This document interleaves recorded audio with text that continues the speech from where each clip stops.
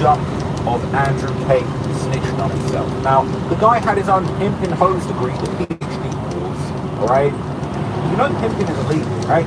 Especially in the UK, you know pimping is illegal. This guy told on himself at every turn. So you might have seen one or two videos that I've already done over the past week or two, that Andrew Tate basically telling on himself a bunch. Well, in this video, I'm going to go over the latest enormous batch of Andrew Tate snitching on himself clips, moments, and just really embarrassing things. And we're now hearing that apparently there might be a murder involved in this situation. Andrew Tate's bottom bitch, alright, that girl Vivian, who allegedly was underage when he trafficked her all the way over to Romania from some random country in Eastern Europe, he's denying that that's what was going down, but it sounds like a lot of the charges and accusations against him are related to, you know, making illegal content and doing things with this minor, and she apparently was a young'un, alright? But what's even more crazy is that there's now a clip going around of her basically. Peter Parker is the Oppenheimer of the Mutant Saga. This horrible truth and everything else we learned about Marvel Studios' X-Men and Mutant Saga plan in Spider-Man Brand New Day. I'm Eric Boss of the New Rockstars channel, and let's explain Marvel Studios' plan for the X-Men and the Mutant Saga after everything we learned in Spider-Man Brand New Day. Spoiler warning if you have not seen the movie yet. Seriously, stop watching the video, I'm about to spoil the big twist. It is confirmed, Sadie Sink is playing Jean Grey for Marvel Studios in Spider-Man Brand New Day, in Avengers Secret Wars, and for the X-Men movie that will be announced soon. Jean Elaine Grey, sister to Sarah Grey, a fellow telepath abandoned by their mother Elaine for their mutant abilities. What does this confirmation now tell us about Marvel Studios' mutant plans? Starting in this movie, followed with Doomsday, Secret Wars, X-Men, and beyond. I'm going to break down all of the answers that we really just received. We actually have so many great Marvel-themed designs available at our merch store, nerdlight.shop, like our Spidey Suit design, Guy in the Chair, our new Spidey Tracker shirt, Physics or Theoretical shirt that Peter wears in the movie, the classic Open Your Eyes Cyclops design, and various other X-Men designs. And a huge thanks to all of our fans who are rocking our gear, posting selfies, and are tagging us. So many of you, like Ryan and fiance Margaret, Frankie, Mary Helen, this cool dude, and then these two awesomes, and Brian on Facebook, and then Evan and Sabelli, and the band Attic Theory, and Des Gibbons Portal, and his best friend Hayden Christensen. Okay, so Spider-Man Brand New Day introduces us to the Jean Grey of the 616 universe. She's a young mutant telepath who has a sister named Sarah and has the power of body-hopping possession, and after her trauma over her sister's death and her anger takes over, also telekinesis, and a truly expanded scale over at least a half-mile radius. Jean Grey is one of the most important mutants to Marvel lore. Better known as Marvel Girl in the very first issue of X-Men comics in the 60s, she was part of the starting lineup. She's an Omega-level mutant, a future host to the Phoenix Force, someone who can really level up and even warp reality, and with Scott Summers, she's part of really the most important family tree, a family tree that becomes a weird obsession of Mr. Sinister. Jean Grey is not the first character with a mutant status in this universe of the MCU. Kamala Khan was established as having a genetic mutant status discovered by her friend Bruno at the end of the Miss Marvel series. Kamala, there's something different in your genes, like a mutation. And in Black Panther Wakanda Forever, Namor used the word to describe himself. It was a mutant.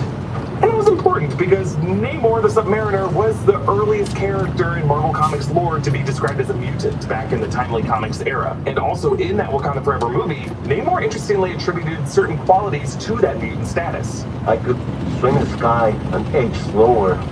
Breathe the air our ancestors breathed. There are also some MCU characters that we suspect are going to be named mutants. In the comics, for example, Wanda Maximoff is certainly considered a mutant, even though when her character was introduced in the MCU in the post-credit scene of Captain America Winter Soldier and further in Avengers Age of Ultron, Disney back then had to strike a deal with Fox to never call her or her brother Quicksilver mutants or reference any parentage to Magneto. That's how we got the term enhanced to describe characters like this. But now that the Disney-Fox merger is fully complete and whatever the legal holding period was that delayed MCU mutant recastings, we can now look at characters like Wanda Maximoff and her sons Billy and Tommy as mutants as well. It also seems that the MCU might have a new rule where any character who is born with their powers without any otherwise shown origin story event or power source might be considered a mutant. This would include Wonder Man, Simon Williams, or Peter Quill, son of the Celestial Ego. Meanwhile, characters whose powers seem to have affected them on the level of their DNA, but things that happened during their lifetimes might be considered mutates. That would include Peter Parker, Bruce Banner, Carol Danvers, members, Monica Rambeau, they don't have a genetic mutant status, but what happened to them did affect them on a genetic level when it comes to their mRNA replication. This guy don't even know what the fuck he doing, via the nigga. cosmic radiation of the Mind Stone. What the As a fuck girl he before that doing? happened, she was able to cast a low-level probability hex in order to keep that Stark warhead from exploding, implying that she was born with whatever she has, and it might be a genetic status.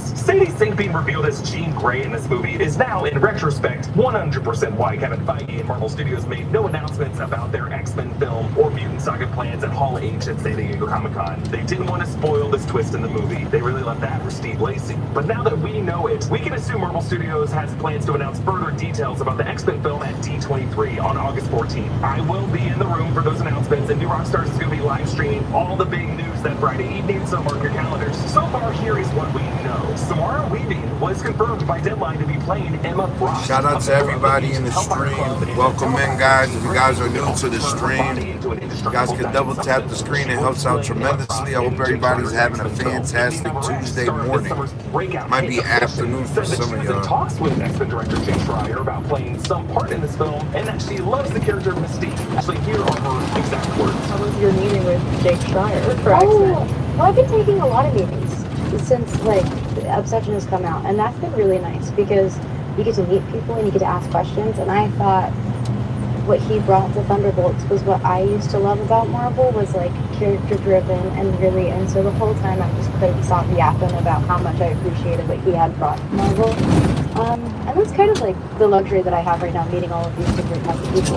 And not all of them kind of turn into projects. It'll be, I just really want to work with you, and it, like, I've seen this project of yours and this and this and this. And so I just really want to congratulate him on bringing back my favorite thing of Thunderbolts. And he's very sweet person. Is there a character you would love to play, or you grew up watching that you're like, oh, that would be such a dream, even if somebody already is playing?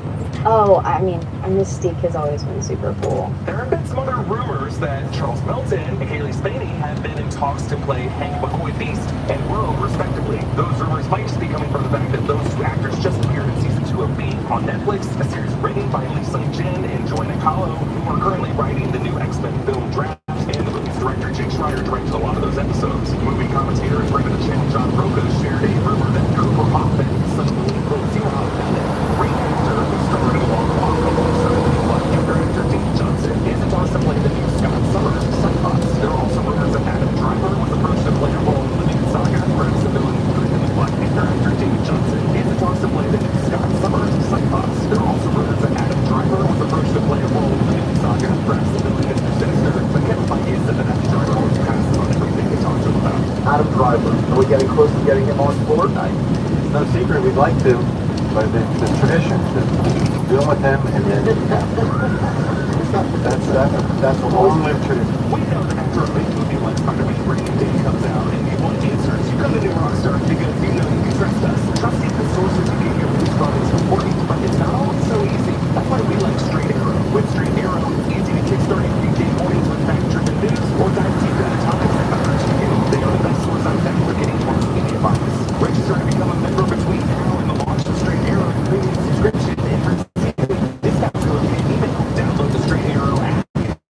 Link below. From there, you can create a free account today and lock in a full year of premium access for just $17.90, saving you $75 when compared to the monthly. If you haven't uploaded the Straight Arrow app yet, now's the time. They're about to launch their new premium subscription, and members get access to exclusive launch discounts before everyone else. Go to san.com/newrockstars to download the app or become a premium member. You can visit the link in my description. When you subscribe, you not only support New Rockstars, but you get the unbiased truth on stories that matter to you, free from manipulation, bias, or agenda. Welcome back to Trustworthy Journalism. We originally assumed this Marvel Studios X-Men film could come in maybe 2028, but at Marvel's Hall H announcement, they said Black Panther 3 will release on December 18th, 2028, and Ghost Rider will release some other time in 2028. I think they were less fickle about that one because they might be waiting to announce that X-Men will come in May 2028 and Ghost Rider will come in July 2028. I just think Sean Lady really likes that July. Yeah, in other interviews, Kevin Feige has confirmed that they will not be releasing any movie between Avengers Doomsday on December 18th, 2026 and Avengers Secret Wars on December 17th, 2027. Here's what Kevin Feige told Josh Horowitz about what type of X-Men stories they plan to adapt for the Mutant Saga. The overall thing is the amount of X-Men stories that have not been told, not just the ones that interact with other Marvel heroes, which come up, but there are sagas upon sagas upon sagas of the X-Men that will very excited to go. By establishing Jean Grey as the younger sister of Sarah Grey, that detail really comes right from the middle of the Chris Claremont era that Lisa Chen and Kevin Feige reference whenever they talk about their X-Men plans. But why establish Jean Grey right now in this movie? What is Marvel Studios telling us about the history of the 616 universe? Over the weekend, Kevin Feige told the crowd at his alma mater USC how the decision to cast Jean Grey as the villain of this movie really came about. But that was one of the things that was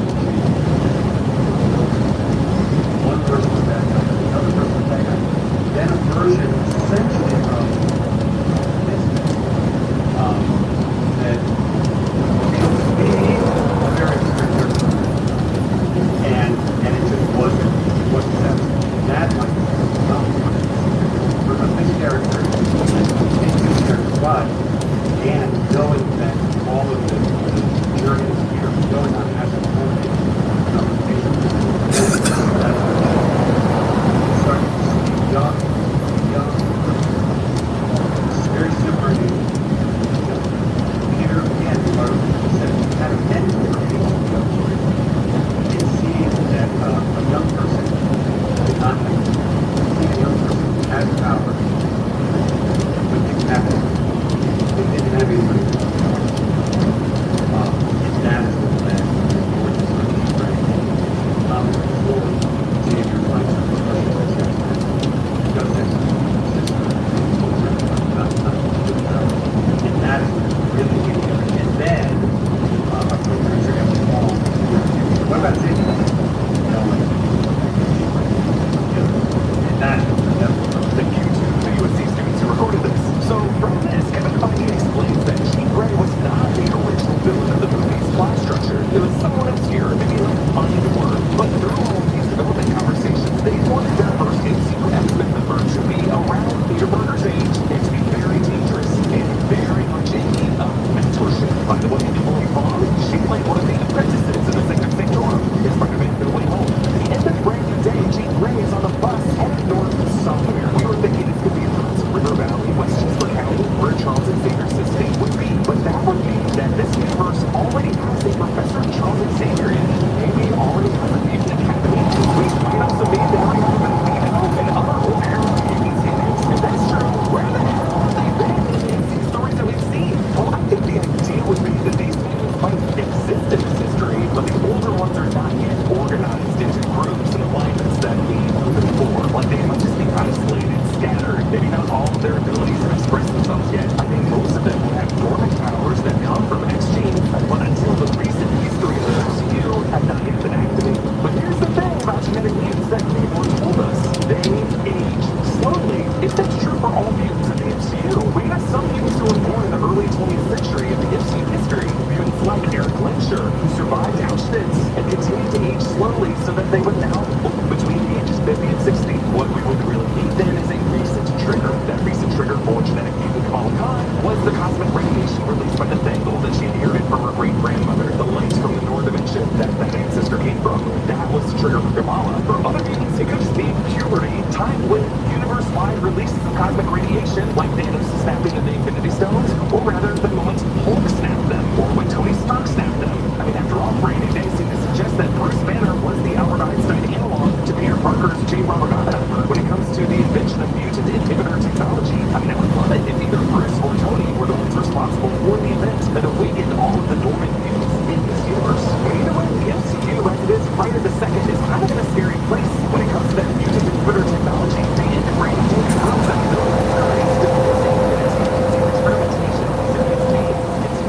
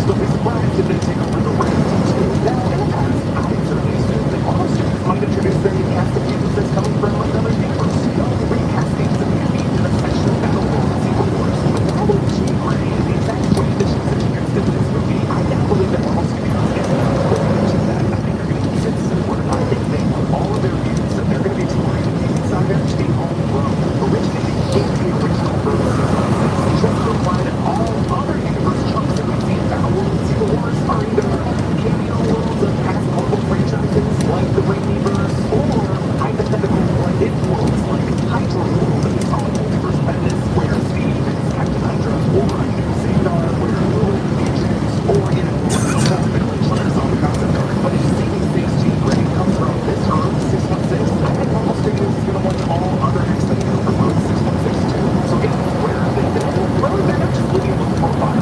The variants that there could have been a past memory one spell that erased the X-Men from the collective memory, similar to what Doctor Strange did to Peter Parker, that the movie ran to do was so obsessed with exploring the ramifications of.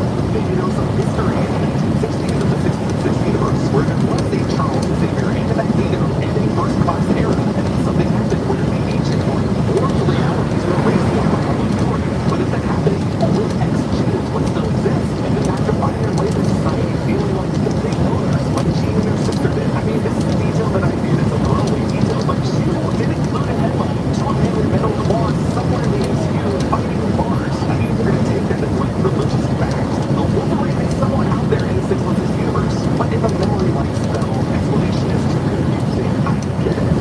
That wouldn't be Marvel Studios keeping it simple. So instead, Marvel Studios could just say these characters always existed. They just weren't active. They weren't organized in groups like the X-Men did. But they didn't realize that there were others like them out there. There's no Superman, yes. There's no Brotherhood, there's no Genosha, yes. But Jean, Tech, Buzz on stage, they were the first steps to these mutants fighting each other and starting to organize against the Valentine's.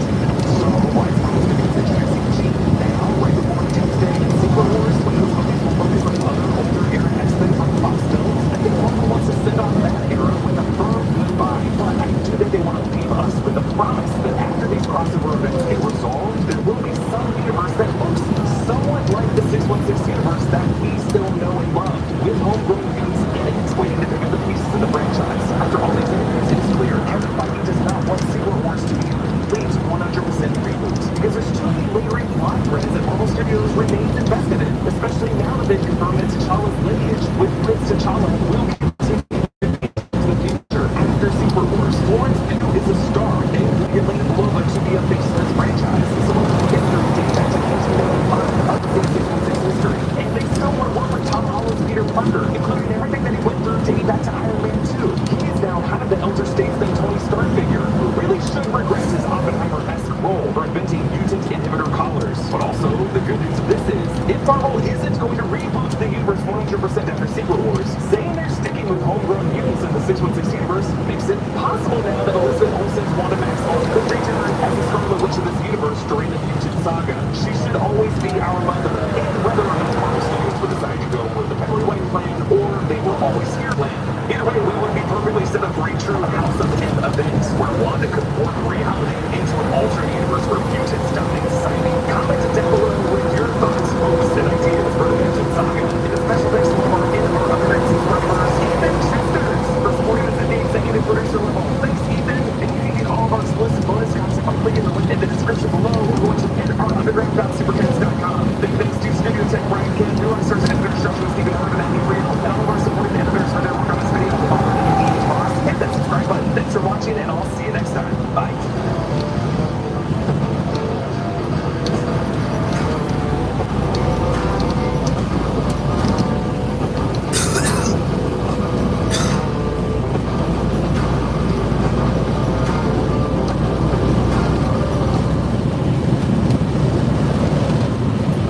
Just saw Spider-Man brand new day in its post-credit scene and wondering what the hell it means? Well, you come to the right place in your AMC lobby.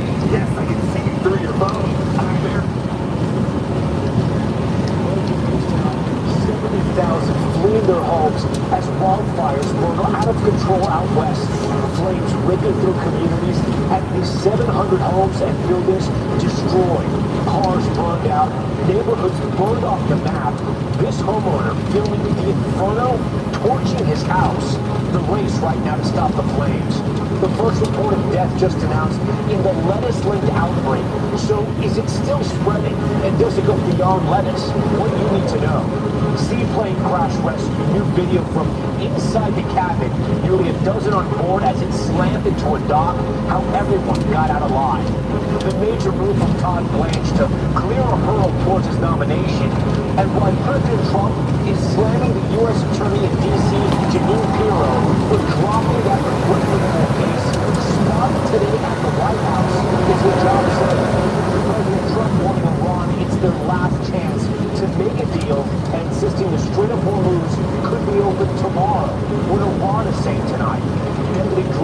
Russians attack, a fiery explosion at a popular resort inside Russia.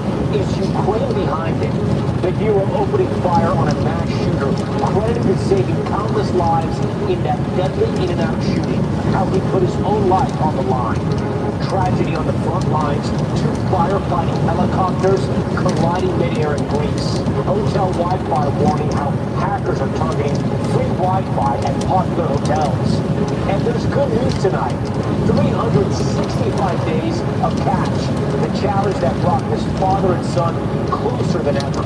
Nightly News starts right now. This is With Tom Young's. Hey, good evening. It's good to be with you on this Monday. We begin tonight with the hellish images emerging from out west. As 3 separate wildfires burned thousands of acres, forcing nearly 70,000 to evacuate. The inferno's right now 0% contained. And the worst of it happening up in Spokane, Washington. You can see it right here, house after house there, totally engulfed in flames. The destruction seen here from above. An entire neighborhood erased from the map by those fires. And back on the ground, imagine doing this. This is one resident shooting video of his own home as it burned, and later capturing all that was left, just ash, parts of the foundation. Countless homeowners returning to nothing but smoldering rubble, cars burnt down to their frames, and what you're seeing there, look closely, is melted metal that is hardened down to a hole on the ground. Efforts to stop the flames so far in vain. One person using a garden hose as fires raced across his property. And this firefighter, a camera strapped to his helmet, desperately trying to stop the spread. Morgan Chesky's in the middle of that fire destruction in Washington and starts us off. Tonight in eastern Washington, out-of-control wildfires forcing the evacuation of 65,000 people. No loss, no, dude. 3 separate fires burning towards the city of Spokane, destroying more than 700 structures, burning cars to a crisp, and turning houses like this one into little more than ash and rubble. The county sheriff sharing some people are still unaccounted for. 14 reports of people who are calling for evacuations, and we haven't been able to find them. The smoke was very intense. Shouldn't have been back here, but I had to see my house. Ken Anderson capturing this video of his own neighborhood going up in flames. That's our house. He and his wife Lisa coming back today to see their home of 27 years gone. It was the first time I'd seen it since it burned. What made this one different? It was the tremendous wind that came with it. It's like pouring gasoline on a fire. Still in effect. Few are able to see the damage firsthand. Just had to stop by my buddy's house to see if there's anything left. There's not. Many making the same discovery. It's really apocalyptic. Across the west, dozens of wildfires are burning, including in Utah and Oregon, where conditions spawned a rare fire tornado with a twister of swirling flames and superheated air caught on video. Back in Spokane, images from above showing the devastation for those underground. That we're just gonna wake up from. It's all gonna be okay, but I don't think it's gonna be okay. Morgan Chesky joins us now live from hard-hit Spokane and Oregon. It looks like a hellscape there behind you. The mayor says it may be weeks before people could return to their homes. Yeah, Tom, that's right. And in reality, she really doesn't know when people can come back into these hard-hit neighborhoods. And I want to show you one of the major reasons why. You can see those embers continuing to burn beneath that layer of ash. That is what can pose such a high risk for potential reignition, and that is why they have to be so incredibly cautious. The mayor also saying that this is the worst natural disaster to hit Spokane in its history. Tom, the danger's still very real there tonight. Okay, Morgan Chesky, we have a major development we want to tell you about it. That dangerous illness linked to the lettuce. The outbreak has now turned deadly, with 2 people reported dead in Michigan, and we have new reporting on other foods that may also be linked. Here's Ann Thompson. In Michigan, where cyclosporic cases now top 11,000, for the first time, the state says 2 people are dead after getting the severe stomach illness that sickened Americans this summer. State officials report both people had significant underlying health conditions that may have been impacted by cyclosporiasis and dehydration. The FDA adding both individuals got sick before Taylor Farms' voluntary recall of iceberg lettuce grown in Mexico July 17. Dying from cyclosporiasis is rare, say medical experts. Who is most at risk here? Most at risk are people at the extremes of age, the very old, the very young, and people with chronic underlying medical conditions. Tonight, federal health officials report cases in 45 states, and they are investigating 6 clusters. The biggest involving Taylor Farms iceberg lettuce sold at Taco Bell restaurants in 9 states. Both Taylor Farms and Taco Bell say they stopped using that lettuce last month. While the number of cases continues to grow, the pace, at least in Michigan, is slowing. But in North Carolina, food detectives are looking beyond lettuce. Officials there say recent cases reported eating parsley and cilantro. All right, man, let's pick it up right there. Should people be worried now about parsley and cilantro? At least if you're in North Carolina, Tom, because officials there say, well, they haven't identified a source. When they interview people who've gotten sick, they say those are the 2 herbs that keep coming up. So they say, look, remove it or cook it to be on the safe side. And it's a good idea to check with your state public health officials about what they're recommending as opposed to what federal officials are recommending, because they're talking to people who get sick. Good advice. All right, man, we thank you for that. We have some new video tonight we want to show you of a seaplane with 10 Americans on board crashing into a dock in the Bahamas while trying to take off, but then the people who rushed into the rescue saving everyone. George Solis with the story and those incredible images. Tonight, new video of a harrowing seaplane crash in the Caribbean. 10 Americans on board a plane that slammed into a dock in the Bahamas as it was trying to take off. In this video, reported by passenger Eloise Castillo, the moment the plane makes impact. It was very disarming, he said. Thank goodness I was wearing my seatbelt. It was very horrible. You can hear the desperation from passengers as alarms blare. Bahamian police say the Cessna was attempting to take off Saturday morning when the plane ran into boat traffic, leading the pilot to change course. Right place, right time, right people, and the rest was in God's hands. Nick Pavlakis was there on his boat dealership's customer getaway, and among the Good Samaritans that raced into action to save lives. Today, taking us on board the vessel used in the rescue. Where are the people boarding once they have the opportunity to get to safety? So some people boarded from the very bow of the boat. Some people boarded back here. Dramatic images show the plane's wing fully submerged as it began to sink. And this moment as it fully flips upside down. Pull up to the plane, and it's a sound I'll never forget of the glug, glug, glug. And I said, guys, this plane's going down. We got to get everybody off. 10 souls on board. That's right. All safe. All safe. The company that runs the seaplane, Tropic Ocean Airways, telling NBC News in a statement, the safety of our passengers and crew is always our highest priority, and we are grateful that everyone is safe.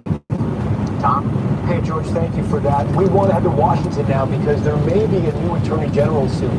Those 2 Republican senator holdouts now say they'll back President Trump's nominee, Todd Blanche, after he made a major concession. Get who's here is at the White House. Tonight, Acting Attorney General Todd Blanche's nomination is back on track after he agreed to the demands of 2 key Republican holdouts. Senators John Cornyn and Tom Tillis both said today they now support him. I'm glad we were able to solve the problem. Following Blanche issuing an order that he says officially rescinds the controversial anti-weaponization fund. Should give taxpayer dollars from being argued they were unfairly targeted by the Biden Justice Department. People were treated horribly, and this fund could have given them some solace. Despite the concession, the president today downplaying, backtracking. I didn't look at it. All I know is that Todd Blanche is amazing. He's also slamming a close ally for another concession. I guess you chose. The president now says U.S. Attorney Janine Pirro made a mistake by dropping charges against a former Olympic canoeist indicted vandalizing renovations of the Lincoln Memorial Reflecting Pool. Pirro acknowledging evidence shows the damage was the result of a botched installation, not vandalism. I was disappointed with Jimmy Girl. Really disappointed with Jimmy Girl. She folded like an umbrella. And people get away with things. It's a disgrace. Darrow just left the White House after a meeting following the president's remarks. She, of course, is a longtime ally of former Fox News host, and tonight she has not responded. President Trump today saying Iran is in talks with the U.S. for what he is calling their last chance to make a nuclear deal. But Iran claims they're not engaged. Keir Simmons is tracking it all. Tonight, President Trump insisting the threat of a massive U.S. strike has Iran back at the negotiating table. They called me, and they said, please don't attack, we'll make a deal. The price of oil plunging on the news, despite continued Iranian attacks on commercial ships in the Strait of Hormuz through the weekend. Iran previously broke a ceasefire it signed in June, saying it would not attack those ships. But now the president saying that vital shipping lane could be open as soon as tomorrow. We're talking about the strait, the opening of the strait, having it open literally by tomorrow, completely open. And that's phase one, the denuclearization of Iran. Has to happen. It has to happen. And that'll be the second phase. Iran is denying any talks with the US are happening, all as President Trump pulls back from massive strikes he said would involve Israel. Tonight, he is warning Iran again to make a deal, calling this their last chance. I want to give them every last chance before decapitation. Very tough to do what we have planned, still planned. We'll see what happens. Keir is there along the Persian Gulf live for us tonight, and Keir, Iran is now responding. That's right, Tom. Iran saying tonight that it is negotiating over the Strait of Hormuz, but only with Oman. President Trump says that shows Iran's leadership is, quote, unbelievably duplicitous. Tom? Keir Simmons for us, and a new escalation in the war with Ukraine. Look at this. People at a beach on the Black Sea in Russia when a deadly drone strike hits. It happened in a resort town not far from a compound belonging to Vladimir Putin. Russian officials blame Ukraine and say at least 7 people were killed there on the beach. Back here at home, we are learning more about the heroic actions 2 people took to stop a deadly shooting at an Idaho in-and-out fast food restaurant. Dana Griffin is there. Tonight, this man is being credited throughout Idaho for trying to stop a gunman. Armed with an AR-style rifle, he opened fire Saturday afternoon outside this Twin Falls In-N-Out. Everybody's running.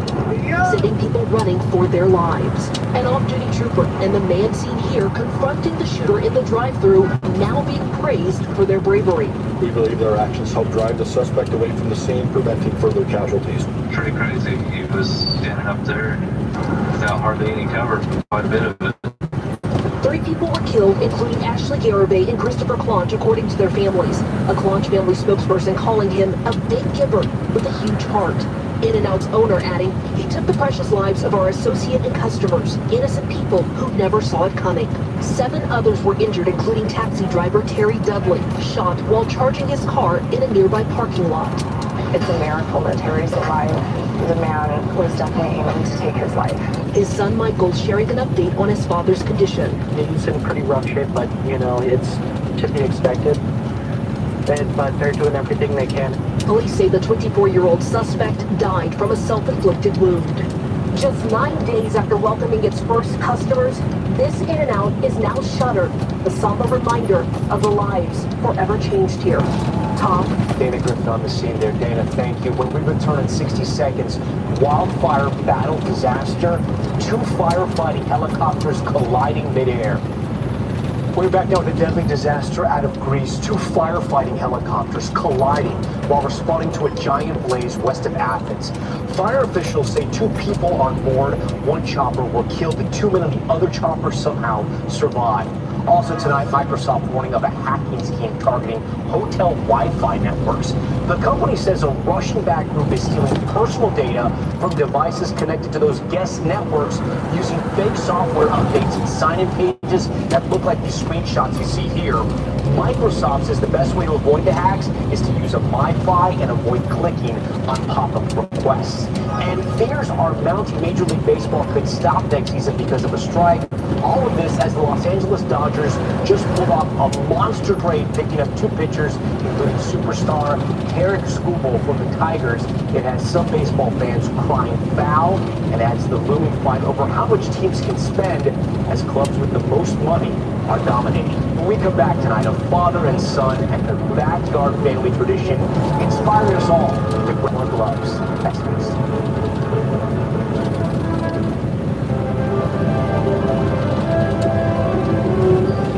Finally, there's good news tonight. A father and son from southern Idaho turning their love of baseball into a daily tradition, playing catch every day for a year.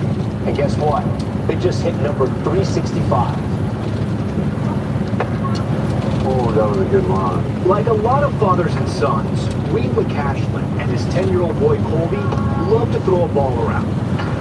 So last summer, they set out to play catch every single day for a whole year. Day 28, day 130, day 293, day 350, playing catch with my kids every day for a whole year. Rain, Colby, guess what? It's raining. Shine, in the dark, and in the snow. Even getting creative with it when we had to travel. Colby's brother and sister often getting it on it too. Oh, she got it! Finally, the big day rolled around. And we actually made it to day 365. 1 full year of playing catch together. There is only one way to celebrate this day. Wanna go play catch? Yeah. All right, let's go. We've been using the same baseball every single day for the entire year, so we'll probably retire this one, pick out a nice brand new white one, and start playing again for another year. Colby dreams of being a big leaguer someday and loves the practice. But mostly, he's just happy to be out there with his dad. It's fun to spend time with him every single day. Life gets busy, schedules get crazy, but when we set aside those 5 to 15 minutes every single day to spend time with each other, it just gives us a chance to connect. It gives me a chance to get to know my kids beyond the surface level things, and it gives me a chance to really build some memories with them. Amen to that. All right, that's Nightly News for this Monday. I'm Tom Yamas. We thank you so much for watching tonight, and always we're here for you. Good night.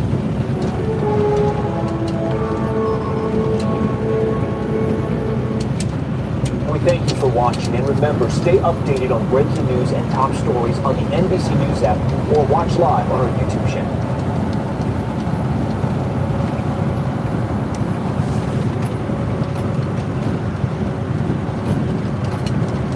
Tonight on ABC News Live Prime, catastrophic wildfires in Washington state destroy hundreds of homes as firefighters from other states rush in to help battle the wind-blown flames and smoke. Eyes, lungs, pancreas. So many snacks, so little time. Hey, welcome back to Screen Crush. I'm Ryan Airy. So today, we are going to go through the definitive history of one of Marvel's most popular characters, Venom. Now, while he initially started off as a villain in Spider-Man comics, Venom has since become one of Marvel's best anti-hero protagonists. Now we're going to talk to you about his evolution throughout the comics and the really complex storytelling that's currently being adapted for the big screen. Because, in addition to comics, including his own titles, Venom has also become a popular character for merchandise, cartoons, video games, songs, and of course, movies, including his own trilogy starring Tom Hardy.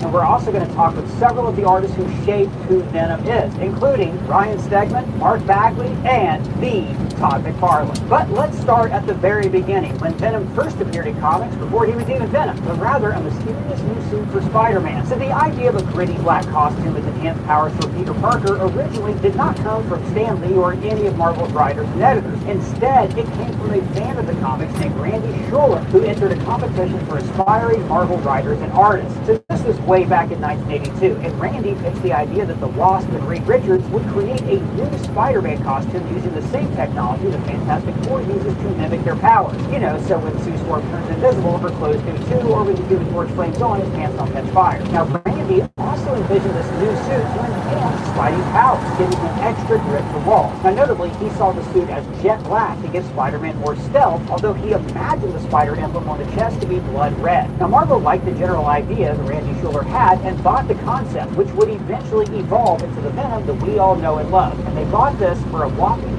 $220,000. Nope, just $220, which in 1982 money was still probably not nearly enough. I count 300. Not enough. After all, this guy pretty much invented Spider-Man's famous black suit, but hopefully he bought himself something nice with the money. Buy yourself something nice.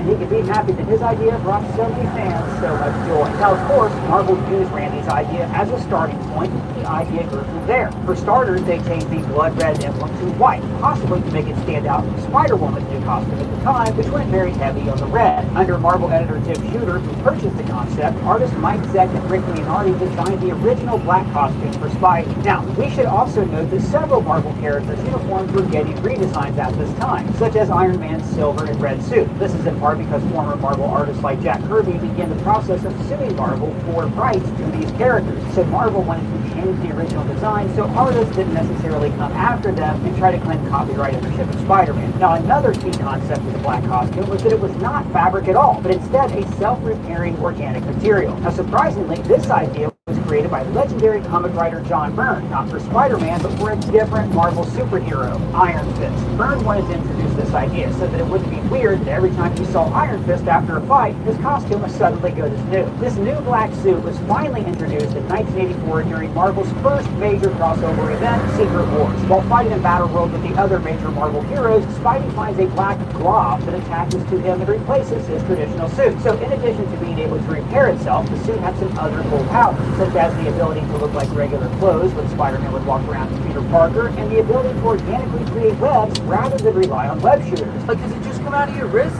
or does it come out of anywhere else? Now, the original Secret Wars storyline has been revisited since then, because comics love retcons. Yeah, but what are you going to do? One interesting piece of trivia that we later found out is that before attaching to Peter, the symbiote initially bonds with Deadpool. Now, Deadpool can immediately sense the suit is alive, and he puts it back for Spider-Man to find just minutes later. Now, I'm going to break down the post-credits and all of these possibilities, but first, look at this sweet new Venom merch that I just got out of our basement. We've got this sweet My Little Venom shirt, the Bully Parker, denim, and this Dirty Dancing carrot. And you can find links to all of these. Oh my god! Oh no! Okay, there's a Venom symbiote in the box, and it's trying to take me over. Now, I cannot guarantee if your merch will have a Venom symbiote in it or not, but you can find out by hitting the link below. Don't worry, Kristen. Flame on! Thanks. And just a reminder to get your sweet Venom merch, check out our links in the description. Now, the actual first appearance of the suit was not in Secret Wars, it was in Amazing Spider-Man number 252. This is because the previous issue saw Spider-Man being whisked off to Secret Wars, and the next issue he returns. So people actually had to buy several issues of Secret Wars to find out where the black suit came from. Now, over the course of several months, Spider-Man slowly realizes his suit is sentient and possibly doing things without his knowledge or consent. This is finally confirmed when Mr. Fantastic is able to separate the suit from Peter by using sound waves. They trapped the alien goo so they could study it further, but this left Peter without a costume. He was forced to go home in an old Fantastic Four suit with a paper bag over his head and a kick-me sign that Johnny Storm put on his back. Now, I bring this up because chances are you've seen this Bagman suit before, most likely in Marvel's Spider-Man game. The goo, which we later find out is a symbiote, escapes the lab. So why is it called a symbiote? Well, in real life, a symbiote is something that exists in a symbiotic relationship with another being. For example, a lichen, which is two separate species of algae and fungus that coexist together for one another's benefit. Another example of a symbiotic relationship would be like me and Doug. Yeah, I did that. Thanks, man. So the symbiote remains bitter against Peter for rejecting him, which is why Venom will always have an antagonistic relationship with Spider-Man. It escapes the lab and some hijinks ensue that we're not going to get into here, but eventually it finds its most famous host, Eddie Brock. So Eddie was created by David McElhaney and Todd McFarlane, and after a brief cameo in 1986, made his real debut in The Amazing Spider-Man number 300 in 1988. Originally, Eddie was a reporter who has his reputation ruined after fingering the wrong guy as a serial killer called the Sin Eater. He blamed Spider-Man for his downfall, since Spider-Man caught the real Sin Eater. So Ray, how did that do? Well, Peter rids himself of the symbiote in the church by using the sound waves from the bell. But in the sanctuary of the church, Eddie Brock was suicidal and prayed to God, and that is when the symbiote found him. The two of them bond over their shared hatred for Spider-Man. But Venom's behind-the-scenes creation was more of a happy accident because the new artist on The Amazing Spider-Man, Todd McFarlane, didn't want to draw the black costume. I had one condition. I'll come and I'll do it, but we got to get rid of the black costume. But Marvel editorial pushed back. They wanted to keep the black costume, so McFarlane proposed a compromise. Just take the costume to alien thing. Take the costume off Spider-Man. And then we'll put it on somebody else. Done. So we do a still have your costume. So that was that would mean just being an ordinary employee saying, no, I won't. I'm not going to draw that version of Spider-Man. The byproduct is you get Venom and everything that Venom began from that. But rather than simply placing the costume on a new villain, McFarlane wanted to give Venom this inhuman appearance. So I thought it was big, alien-esque looking, showing he was a monster. So he was surprised when Amazing Spider-Man writer and Venom co-creator David Delaney decided that Venom would be a reporter named Eddie Brock. What? Eddie Brock's like a normal physique. And I did this big giant sort of monster Hulk thing. Now, Eddie Brock is obviously a major character in Earth 616. He's gone through plenty of changes and interactions over the past 35 years, just like Venom. So after Eddie was fired from his job, he became a depressed loner and spent all of his time bulking up and lifting weights, which is why Venom is so jacked. He's a bitter, misanthropic loner who is filled with anger and resentment. He's more or less rooted in deep insecurities, but he's also at his core an extremely lonely person, which is partly why he bonds with the symbiote. In Amazing Spider-Man 299, we first see Venom as a set of eyes in the shadows, and we're led to think that this is Spider-Man greeting Mary Jane as he comes home. But then we see the grin, and it is the closest comics have ever come to giving me a jump scare. When Venom was created, Spider-Man had Marvel's most colorful rogues gallery. His villains were mostly older men, warped versions of the father figure that Peter sought after his Uncle Ben died. All of these villains wanted things: wealth, glory, fame, youth, power. But Venom was different. All Venom wanted was for Spider-Man to die. And unlike other villains, he knew Peter Parker's secret identity. In his first appearance, he terrorized Mary Jane. He later broke the nose of Peter's ex, the Black Cat. He visited Aunt May at her home. He also neutralized Peter's greatest power, his spider sense. Venom could be lurking outside his window or turn invisible like the Predator. Plus, he was massive, looming over Spider-Man like he was the literal shadow of death. But behind the scenes, Venom's creators had no idea that they had just created a new cornerstone of the Marvel Universe. When you're doing deadlines, you're not paying attention sometimes to like what's happening there. And in all honesty, we've all done the exact same process with 20 other characters we've created that turned into forgettable characters. But when Venom first appeared as an insert on the cover of Amazing 316, sales skyrocketed. Fundamentally, it's a very kind of cool design, the black costume. I just decided, okay, I'm going to get this huge giant costume. And it's exciting, just pulls you in. I remember when he got popular, I was going, people are going to start paying attention to it because all the big meaningful villains, at least at that point, had been created in the early 60s in Stan Lee's time. And it's been a long time since anybody had done any meaningful bad guy, right? There's been meaningful good guys, but no meaningful bad guy. You go, man, maybe, I remember sitting there at some point going, man, maybe Venom might have a chance at being important, right? And as the years went by, he evolved. In his second appearance, McFarlane added Venom's fangs and gave him clawed fingertips. I would think that monsters should be like dogs and wolves and things like that their teeth should be irregular and that they should be dirty and that they shouldn't look like they just came from a dentist, right? It should be a mess. It should be a mess. They should be creatures, not humanoids, if you will. And then artist Eric Larson transformed Venom into an even more grotesque character, further emphasizing the monstrous qualities that McFarlane had created. And Eric was so out there when it came to just sort of stretch the cartoony aspect of it to the max. Larson also gave Venom his seminal drool, but artist Mark Bagley took this salviary dribble a little bit further and made it a very prominent feature. But according to him, he wasn't even inspired to do this by a regular Spider-Man artist. I get lots of compliments for the tongue, the drool, and that sort of thing. The way I draw the characters. For me, Eric, but it was fairly short. He didn't have a lot of it. He had some, but I get a lot of compliments for that. And I throw it back to Adam Huber. Adam had Venom was drawing Venom in, he was teaming up with Ghost Rider and another sorcery character. I can't remember. But there was this cover that Adam did with Venom hanging upside down. The drool is running up his face, down, runs down across his face, and he's hanging upside down. And the tongue was there, and it was like that,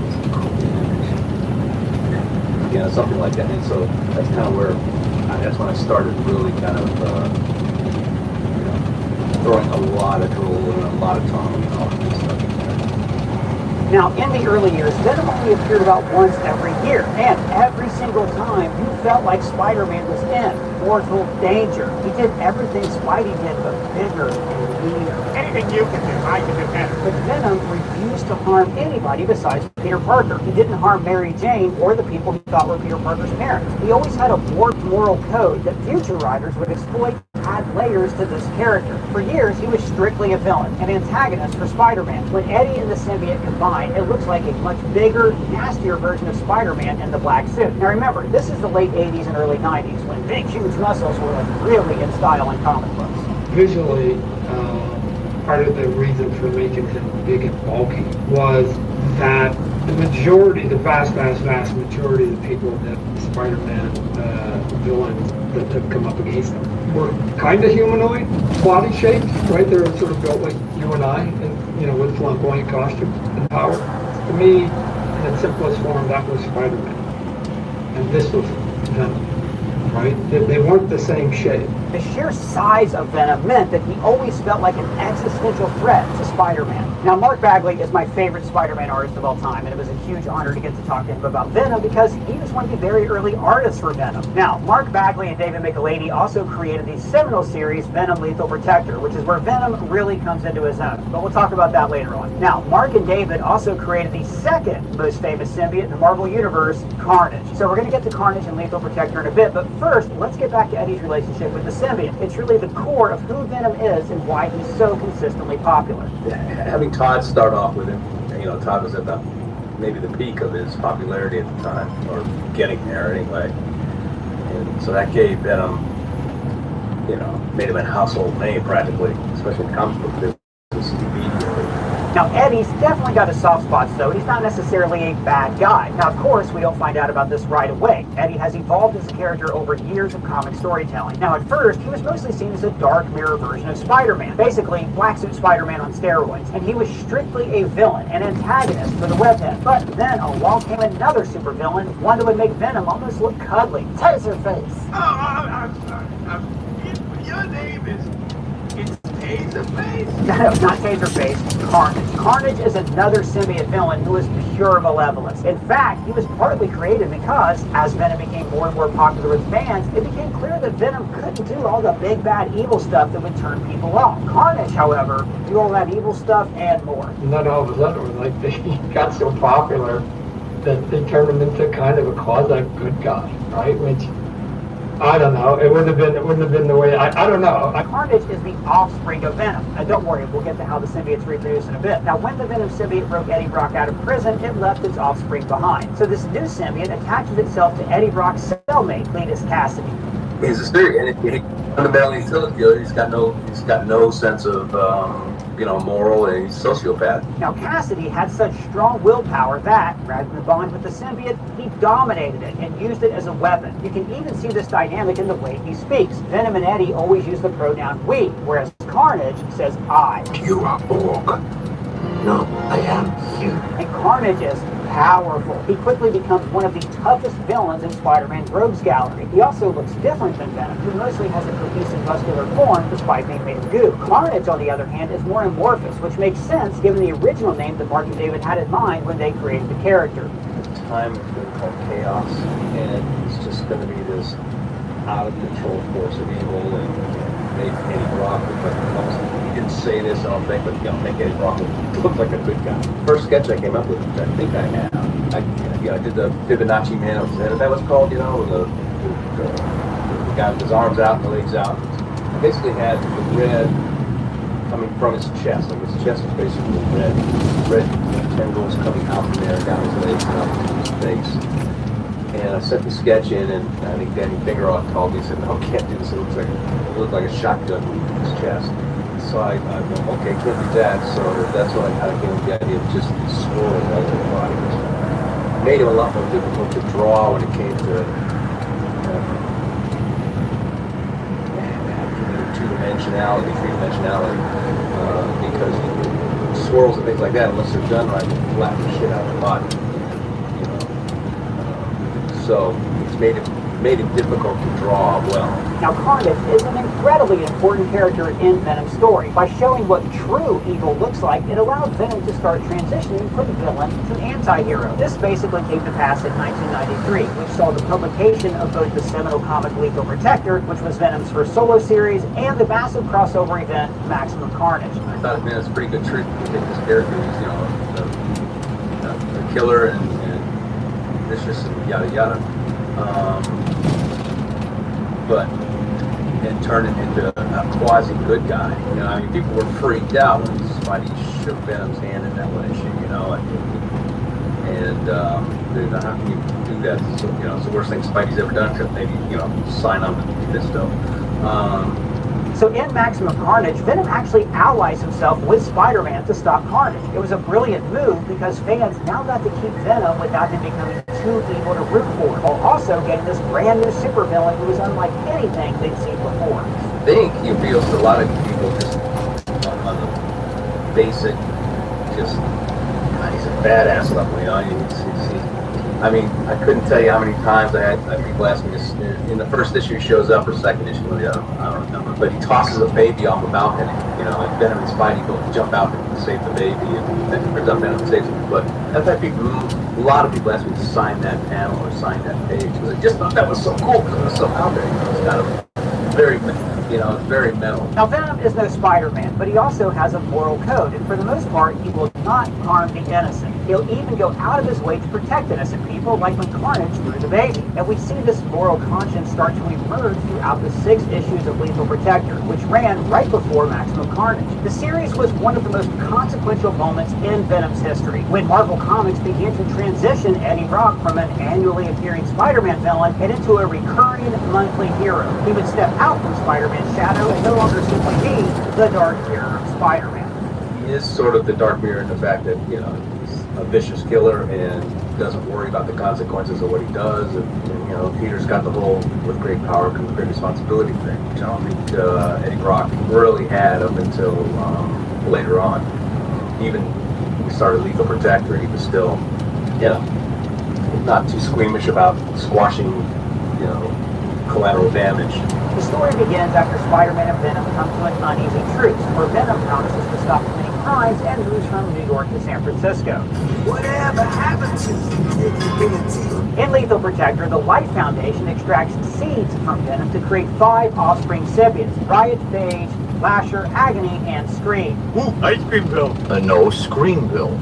Each symbiote offspring bonds with a different person and has various powers, and Venom must team up with Spider-Man to stop them. Now, while this seems like a pretty straightforward story, it was notable for really solidifying Venom as a protagonist rather than as an antagonist, and for showing the character would be just as popular and interesting if he wasn't featured in a Spider-Man comic. Yeah, but Spider-Man does show up. Well, yeah, you gotta ease people into it, I guess, like when Picard shows up in the pilot for Deep Space Nine. Lethal Protector was also the first story to expand the symbiote mythology. Remember, when Peter found the Black Widow in Battleworld, it didn't come with an instruction book or a backstory. In Lethal Protector, we find out that symbionts produce asexually, kind of like a fungus. It's typically triggered by extreme circumstances, although it's done using fancy schmancy science by the Life Foundation. The parent symbiont doesn't feel any emotional attachment to its offspring like traditional animals do. It's like if you clipped your fingernail, you're not going to be emotionally attached to those clippings. Especially if you're thinking now they create a evil baby costume supervillain. Exactly. So that is how symbionts reproduce. But where do they come from? We got a lot more backstory on the alien species in the comic book crossover Planet of the Symbionts, which came out in 1995. Eddie and Venom are having relationship troubles, basically over who should be the dominant personality. It's similar to the struggle between Banner and the Hulk that we see in Infinity War.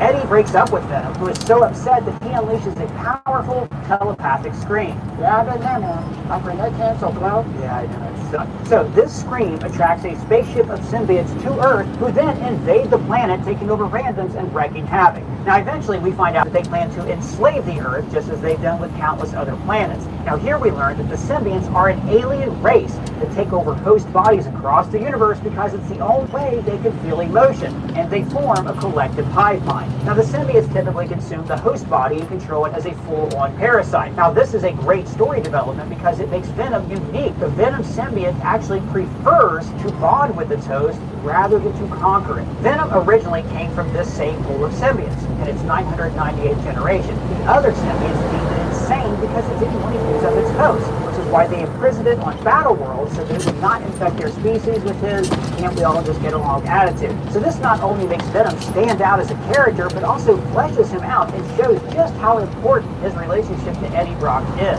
On my planet, I am kind of a loser. So wait, why are they called symbionts if they usually don't form symbiotic relationship with their host? Shouldn't they just be called parasites? Hey, shut up. The invading force of symbionts are eventually defeated by another powerful scream that is only possible if Eddie and Venom fully bond together.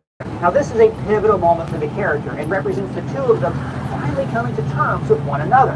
Best of both worlds. Now, by the time Planet of the Symbiotes wraps up, Venom is now fully entrenched in the Earth 616 universe as a main Marvel character and is featured in plenty of his own storylines, including Center Takes All, a Spider, and The Hunger. He crossovers with several non-Spidey characters like Punisher, Wolverine, Ghost Rider, and the Hulk. Now, throughout this time, like all relationships, Eddie and Venom have their ups and downs. One key issue is that, in a lot of ways, Venom is just bad for Eddie. Now, we spoke with Ryan Stegman, one of the greatest artists to ever draw Venom, who's probably best known for creating the superior Spider-Man when Doc Ock took over the Spider-Man mantle. Yes, I do see Eddie as a victim. The symbiote ultimately will give people what they want, and what Eddie wants is to be punished because he feels negatively about himself and the things, in his past. I don't know that the symbiote necessarily wants to hurt him all the time, but I do feel like it's feeding off of what he feels about himself. So even as Venom is off to his own stories in the Marvel Universe, there's always this internal conflict within the character, basically because it's really two characters. This makes Venom much more interesting to read and follow, and is probably a good reason why the character has remained popular for so long. So Venom and Eddie separate and come back together more than once, and sometimes when that happens, the Venom symbiote bonds with other characters in the Marvel Universe. This notably happens with Eddie's ex-girlfriend, Anne Wade,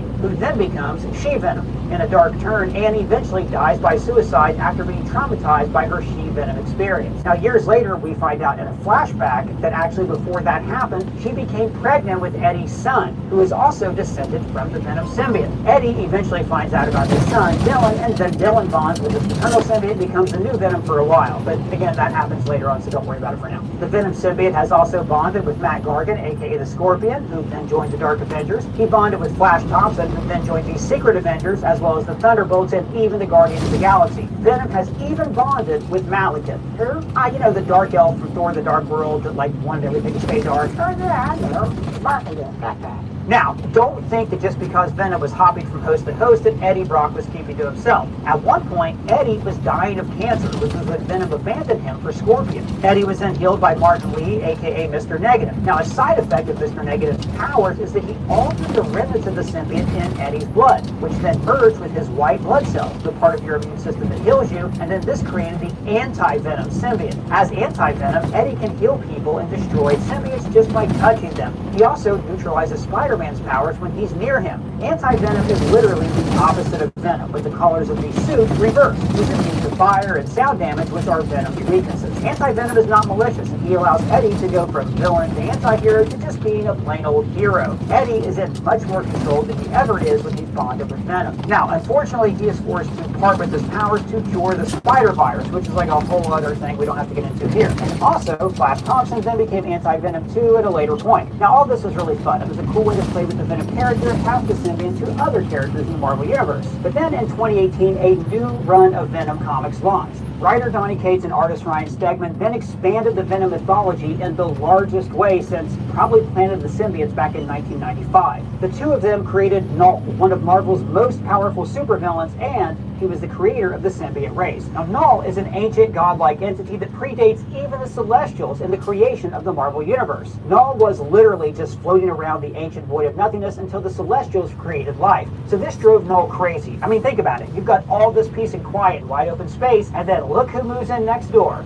Everybody. There is no path to goodness in him. He doesn't have a sad history. He's just pissed that his solitude was taken away from him. No, it's like, this is just pure evil and destruction. This guy just wants to get rid of anything and everyone. I think that makes him very threatening. Null gets his revenge by creating the All-Black, the Necro Sword, which, if you've seen Thor: The Dark World, you know that it can kill gods. He uses it to decapitate one of the Celestials, who then banish him from their new universe. That decapitated head, by the way, became Nowhere, which you've seen in the Guardians of the Galaxy films. So Null then took the energy from that decapitated head and used it to create the Clintar, which is where all symbionts derive from. Now remember, the symbiotes reproduce by breaking off pieces of themselves to create more symbionts. The Clintar then is the source symbiote from which all others derive. You know, like the Great Link for the Changelings in Deep Space Nine. So Null creates a symbiote armor and starts killing deities with the Necro Sword, but then he crash lands and is taken out of service for a while. In the meantime, Gore the God Butcher finds Null, takes his gear, and well, then uses it to go off and butcher gods. This is all part of Jason Aaron's great run of the Thor comics. They're fantastic reads. Now, when Null wakes up, he continues his War of the Gods. He sends out an army of symbiotes across the universe with himself at the center of the hive mind. The symbiotes absorb and destroy life, or as Null calls it, the light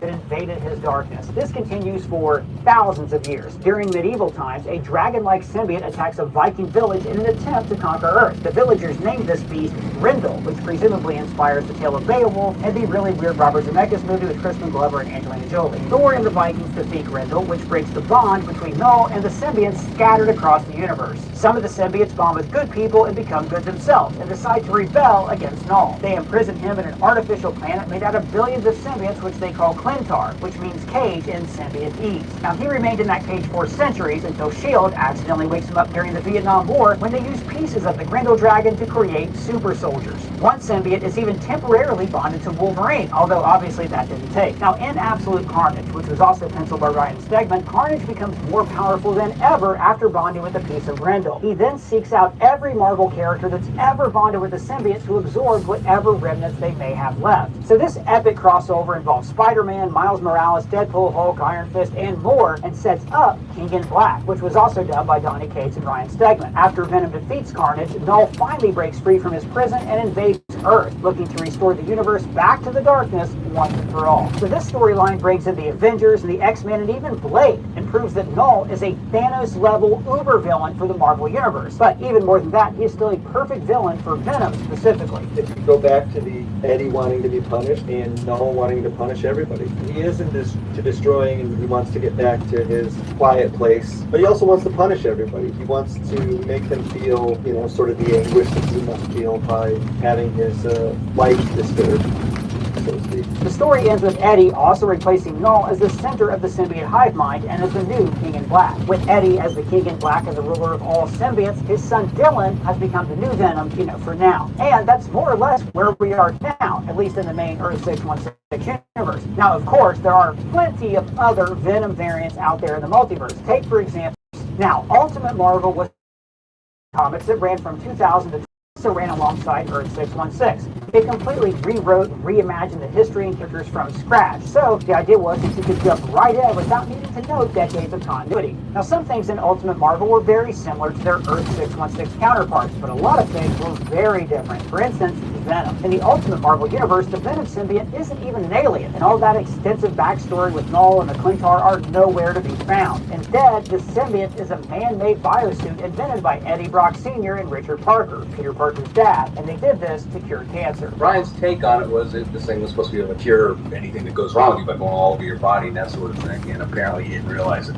You know, when he gets into somebody's head, it would go crazy. I started drawing him a little more and more exaggerated, like it was not the anatomy of a person or anything, but it's more like this amorphous glob all over me, you know. And later on, as I went, you see like teeth growing out of different parts of his body, because that can happen in tumors and things like that. Carnage, on the other hand, isn't even the offspring of Venom. Instead, he's created by Dr. Kirk Connors, the Lizard, using Peter Parker's DNA. Now, in this universe, Carnage was the one who killed Gwen Stacy, who then comes back as part symbiote. Now, other Venom variants include a T-Rex that bonds with the Venom symbiote in the Old Man Logan universe. Maybe one day we'll even see that T-Rex Venom face off against Spider-Rex. There's also Venom 2099, who is the half-brother of Miguel O'Hara, aka Spider-Man 2099. While it's the Venom symbiote, this incarnation is very much not an anti-hero, but a dangerous, brutal villain. In a what-if story, Venom bonds with the Punisher, which just makes Punisher that much more powerful at violently killing bad guys. In Earth X, Peter's daughter May bonds with the Venom symbiote to become Spider-Girl. There's also Gwenom, which is exactly what it sounds like. Venom merged with an alternate Gwen Stacy. We also see a bunch of variants in the Venomverse storyline, which sees Earth 616 Eddie Brock join with a bunch of multiverse Venoms to defeat a race of parasitic creatures called the Poisons. The Poisons can bond with and corrupt symbionts, and they're a threat to them all across the universe. Eddie defeats the Poisons with the help of variants like Venom Captain America, Venom Doctor Strange, Venom Ghost Rider, Venom Ant-Man, Venom Black Panther, and even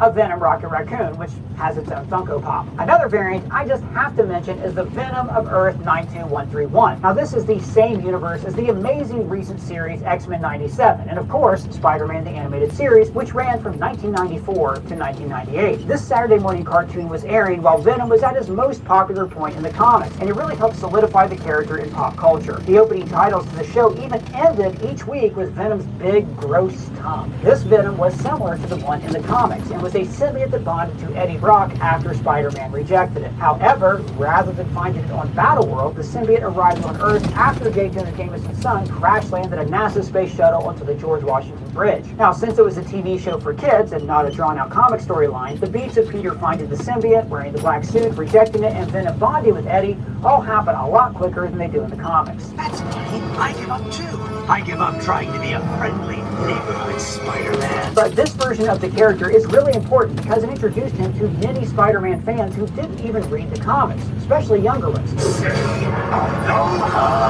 Also, since this was a kid's cartoon, Carnage, who does appear in the animated series, is toned down from his murderous serial killer origins, although he's still plenty scary. Think of the damage we can do now, man!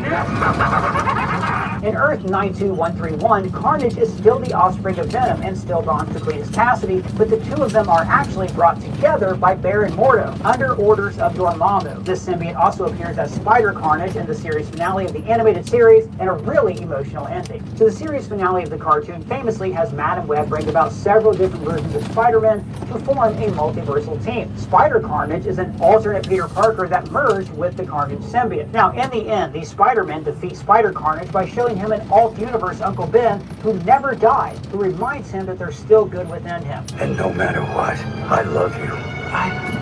I love you too, Uncle Ben. This Spider Carnage then sacrifices himself to save the multiverse. Now, in addition to this animated version of Venom, another version I should mention is the one from the PS5 game Marvel Spider-Man 2, because he played such an important role in the story. Not only that, but the story gives us one of the most different takes on Venom we've ever seen in a mainstream Spider-Man adaptation. For one thing, Eddie Brock is not in the game at all. The symbiote arrives from space via a meteor, kind of like it does in Sam Raimi's Spider-Man 3. It's discovered by Kurt Connors, who's working for Norman Osborn, and then the two of them use the symbiote to treat Harry Osborn's Osh-Torrens syndrome. So this gives Harry Venom-like powers, and Harry briefly uses it to be a superhero alongside Peter in Miles Morales. However, the symbiote attaches itself to Peter because it senses that he is much more powerful, and this is how Spider-Man gets his black suit in this universe, kind of in the reverse order that we usually see. Now, the black suit makes Peter more aggressive, and at first he's really drawn in by his enhanced powers. In fact, the game features one of the biggest jump scares I've ever seen in Spider-Man history. We need to destroy it.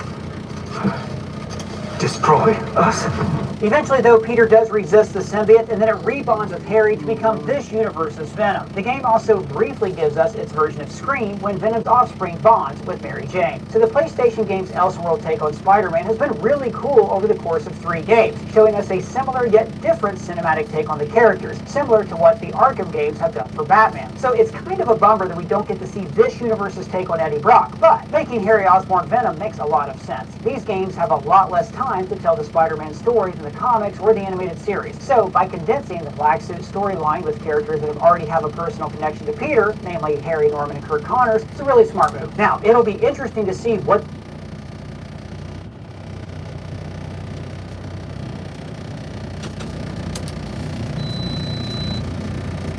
X-Men video game adaptation, which was just called Spider-Man, and came out in 2000 for the original PlayStation, as well as the Sega Dreamcast, Nintendo 64, and a few other platforms. This game's take on Venom was pretty standard, although notably, the symbiote was dark blue and not black. It also leaned into how silly and fun Eddie as Venom can be, annoying Spider-Man as the two of them are forced to work together.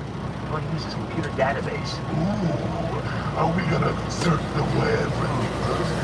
But going way back, another game worth mentioning is Spider-Man and Venom Maximum Carnage, which was a side-scroller on Super Nintendo and Sega Genesis. Now, while the game itself is simple, it has a cool story that pretty loyally adapts the stories from Maximum Carnage comic books, with Spidey and Venom fighting Carnage alongside many other superheroes. The game also features Shriek, Harriet, Doppelganger, who is a 6-on-1 Spider-Man very long story, and Demo Goblin, a demon-possessed, super powerful hobgoblin. In fact, I bet a lot of you watching this actually saw ads for this video game in your schools. It's a weird thing. They advertise it with the game.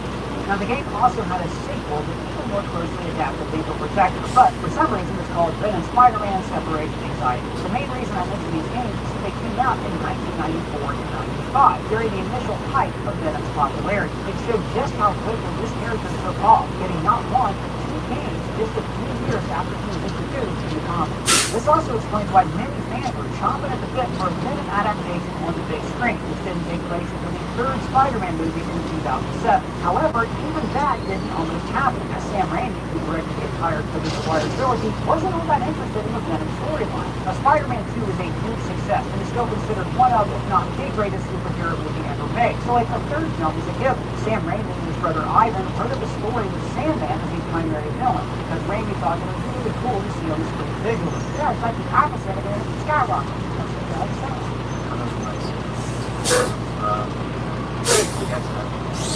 Right, so the story wanted to have Peter grapple with what it means to be a vigilante and for him to discover the humanity and the criminals that he faced. Sandman was retconned to have been the one who killed Uncle Ben in order for Peter to truly learn about forgiveness. Now, Raimi did think another villain could fit into the story pretty well, and Ken Kingsley was even involved in negotiations with his Walter. However, producer Avi Arad insisted that Raimi include Venom because he was so popular and sold a lot of toys. But Raimi was resistant because he didn't have a personal opinion for the character, having grown up with Spider-Man comics before the symbiote ever showed up. He also didn't see any humanity in the character, but once he started working on the character because his boss told him to, he found Venom to have more depth than he realized. Now, interestingly, Eddie Brock was already a minor character in the script. More interestingly, the seeds for Venom were kind of already planted in Spider-Man 2, which features J. Jonah Jameson's son as an astronaut. Remember that in the animated series, the symbiote arrives from space when Jameson crashes his shuttle onto the GW bridge, which would have been a great special effects spectacle for Raimi's film. However, instead, they opted for the symbiote to randomly crash land on Earth as a meteor with absolutely no backstory. That's similar to what it does in the PS5 video game. The symbiote then just attaches to Peter, likely sensing his power. It shows how, by cramming Venom into an already fleshed out story, there wasn't really room to do the story justice, and everything just felt rushed.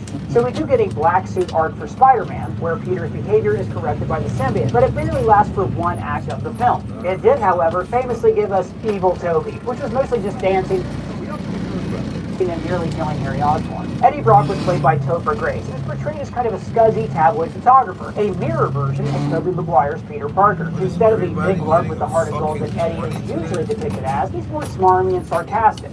What was it you said? I'll never get that picture. Again, showing him to be a dark side of the Peter Parker from the Raimi films. Now, similar to the comics, Peter rejects the symbiote using sound waves, and then the hostless symbiote bonds with Eddie to become Venom. Also similar to the comics, Venom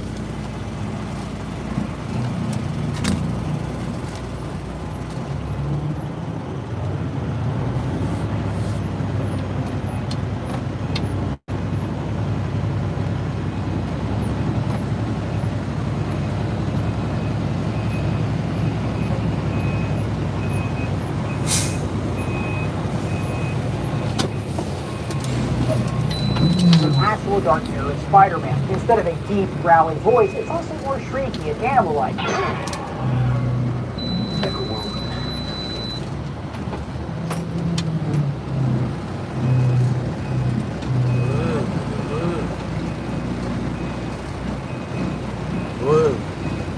Go ahead.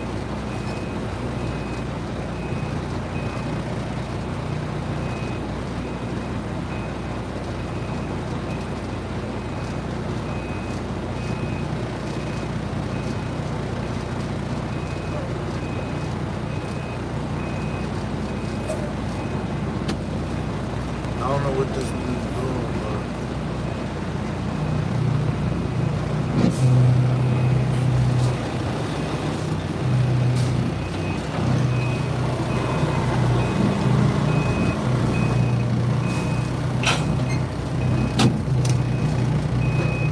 Eddie Brock, played by True Blood's Ryan Quanten. Eddie is portrayed as a disgraced, cold-hearted, unhinged journalist, and it's strongly hinting that he moonlights as a vigilante. In one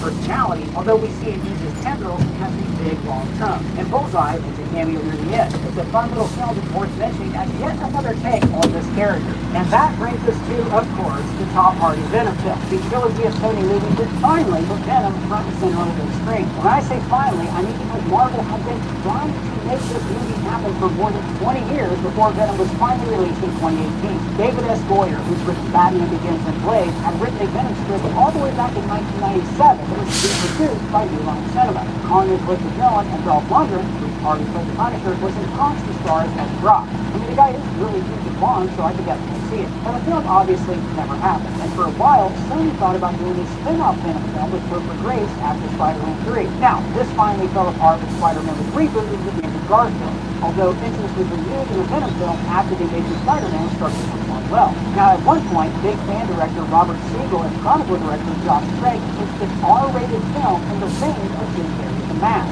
Now, if you've seen Josh Trank's Fantastic Four, you probably think it's to the bed, which also never happened. Now, The Amazing Spider-Man 2 famously set up the Sinister Six, and Sony was intent on making a wider cinematic Sonyverse that would compete with the MCU.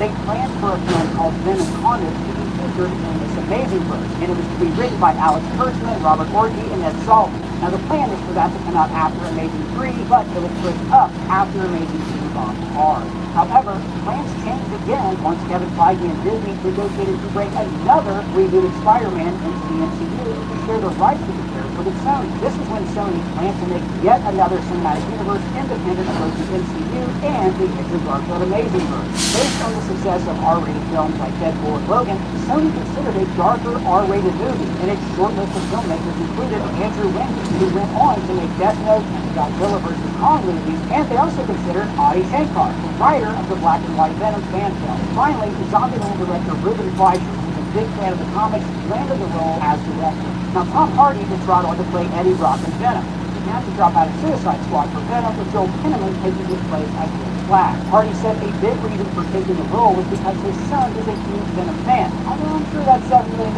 paycheck didn't hurt. Riz Ahmed was cast as the film's villain, Carlton Drake, although Matt Smith and Pedro Pascal were both considered. Now, Pascal was well known, but he wasn't a gigantic star that he is today. Matt Smith, though, is interesting to note because he later became the main antagonist of Morbius, the second franchise in the SFU. SSU? Yes, it's short for Sony's Spider-Man universe. That's the new cinematic universe that began with Venom. Since Spider-Man was busy making MCU films, Sony instead decided to focus on various Spidey-adjacent characters that it still retained the rights to, giving each character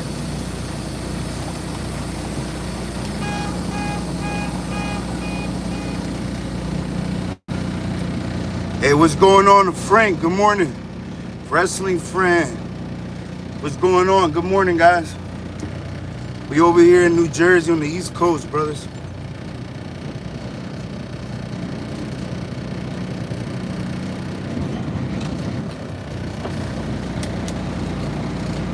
Venom, you had to go with an R rating to show how violent he could be. You know, what with biting off people's heads and such. However, Sony ended up getting cold feet and insisted the film be PG-13. Supposedly, this is because they wanted to leave the door open for crossing over with the more family-friendly MCU Spider-Man. Now, the film that we got with Ruben Fleischer and Tom Hardy came out in 2018, and it borrows a lot from the comics, including Lethal Protector and Planet of the Symbiotes. It takes place in San Francisco, and the Life Foundation plays a large role. Michelle Williams plays Anne Wade, and she does bond with the symbiote briefly. How's my morning going? My morning's going pretty good, man. It just started. How about yourself, brother? I just picked up a trailer right now, so I gotta go get a load. Are you from England? Riot symbiote is positioned as the lethal protector and serves as the Shout out to the UK. A lot of people prefer the symbiote because other films portray Venom as he was in the comics. Thoroughly hates. Tom Hardy also voices Venom, which makes sense, and after all, he does have to respond to his voices for comic book films. The darkness is your ally. You really adopted the dark. Now, Hardy plays Venom as a gruff but playful monster, and he plays. I'm assuming you're a wrestling fan by your name. But it's a unique take on the character that still doesn't feel too different. That's what's cool, though. The best parts of the movie are the dynamic between Eddie and Venom. Those played by Hardy as a sort of schizophrenic, superpowered odd couple. Hardy accomplished this by recording Venom's lines first and then listening to them in an earpiece that he was wearing. Also, while the film is PG-13, it does a pretty good job of portraying Venom's brutality. Now, obviously, with Venom as the lead, he is the protagonist, and the Venom trilogy leans into the character's anti-hero status, rather than making him a full-on villain. Venom defeats Riot, and the film ends with Venom and Eddie coming to a truce and remaining secretly bonded to fight crime as San Francisco's new lethal protector. The film also ends with Eminem's single Venom rapping over the credits. So if you ever wanted to hear Eminem make Venom rhyme with adrenaline and momentum, we got a song for you. Yeah, started sure to use my Venom rap song. Hellboy, yes, from North London. I'm really good. No work today. It's 12 p.m. Oh, man. It's 12 o'clock over there. It's 6:59 in the morning over here, East Coast time. That's pretty crazy. At least you got your day off, man. You might as well enjoy it. I would love to go to the UK one day, maybe. Check it out. How is it over there? I know a lot of people from the UK and other countries have recently came to the US for the World Cup when it was when they were doing it. He also said that it gave the franchise room to grow in the next film, similar to how Christopher Nolan did the Joker for his second Batman film. Woody Harrelson is also really smart cast. He had previously worked with Pfizer on Zombieland. Pfizer said Woody Cole and natural-born killer as a different serial killer already had him in mind for the role of the cast. Ironically, though, Pfizer had to drop out of directing the sequel because he was already shooting Zombieland 2. But then they brought on Andy Serkis. Now, Andy Bro, what is this guy doing? Actors, especially this outbreak of motion capture actors, like Gollum, Kong, Caesar, and Bobby Flake. Note, he also appeared in live action on Andor to deliver one of the greatest lines in the Star Wars universe. Sorry, I meant this one. Now, Andy Serkis helped develop mocap actors. I don't know what's taking so long. Oh, there you go. Venom and Carnage were CGI characters. This is his second film directed after Coburn led to the jungle. Ironically, however, Serkis decided not to mocap for Venom, saying that about more freedom for Tom Hardy to play the character. Since Venom is gigantic and doesn't really match Tom Hardy's frame one-to-one, his CGI was also more practical. However, they could now Come on, bro. What are you doing? quarterback who was really forced to beat us as an octopus and had previously back off with the movie. Now, at this point, Joker has become another huge already comic book success. Sony originally considered that he was going to be rated R, and then decided to not rock the boat. They made a lot of money with the film, Oh my god, this guy should have did this way before he got to this fucking booth, man. Fucking holding me the fuck up.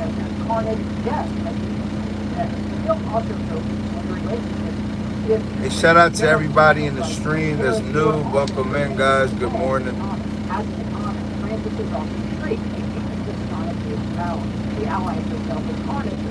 Hey, wrestling fan, what you got planned for the day? Since it's already 12 o'clock, you got any plans for your day off? You're gonna chill, do some errands, just fall back?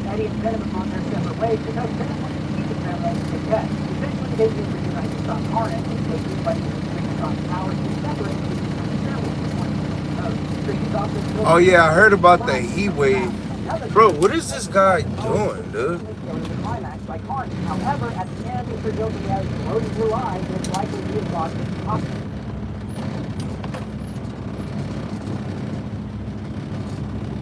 I don't know what this guy is doing, but I guess I gotta go all the way over here. These dudes is just what's going on.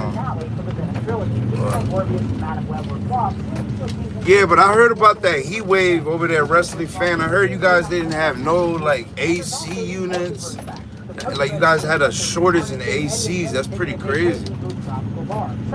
Like I would have never thought that would actually happen over there. And then 6 weeks with no rain. We just had rain yesterday, like a crazy ass rainstorm. Flooding is and everything. It's pretty crazy. But I'll be right back. I gotta go get this slip to leave out of this yard.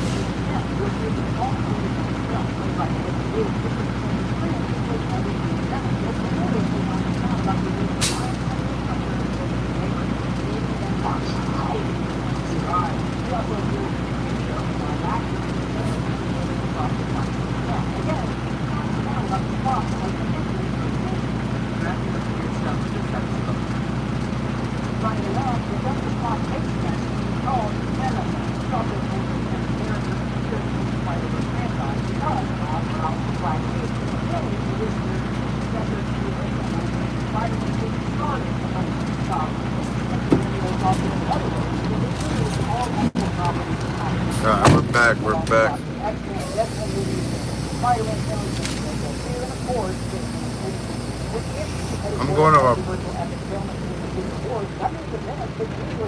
I'm going to my brother soon and play with 3 kids. Oh, that's what's up, man. There's nothing wrong with that. Chilling with the family. There's nothing wrong with that, man. Family time is very important. It's better than anything else out there. It's nothing more than spending time with your kids or your family. How's the drivers out there in the UK? Are there a lot of boneheads on the road? I always ask. I'm a truck driver, as you can see. I'm a local truck driver. I drive on the road. I pull containers out of the ports. So basically, like, you could ship a container full of some type of product from the UK, and it'll end up over here in this port over here in the East Coast. Is right next to New York City, and you pretty much pick up the container and go and deliver it wherever it has to go. That's pretty much what I do.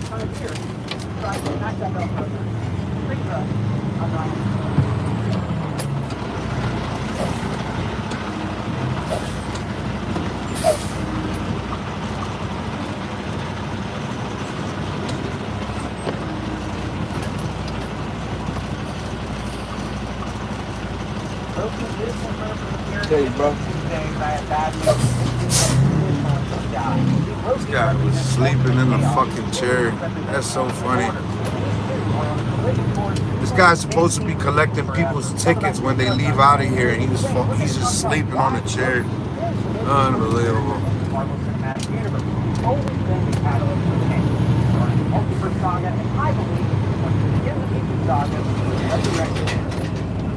Not only that, Marvel has likely foreshadowing his death through phases 4 to 6.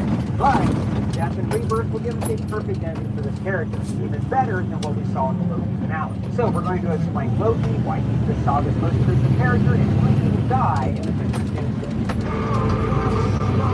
Now, in mythology, Loki is an agent of chaos whose function is always to induce others to achieve greatness.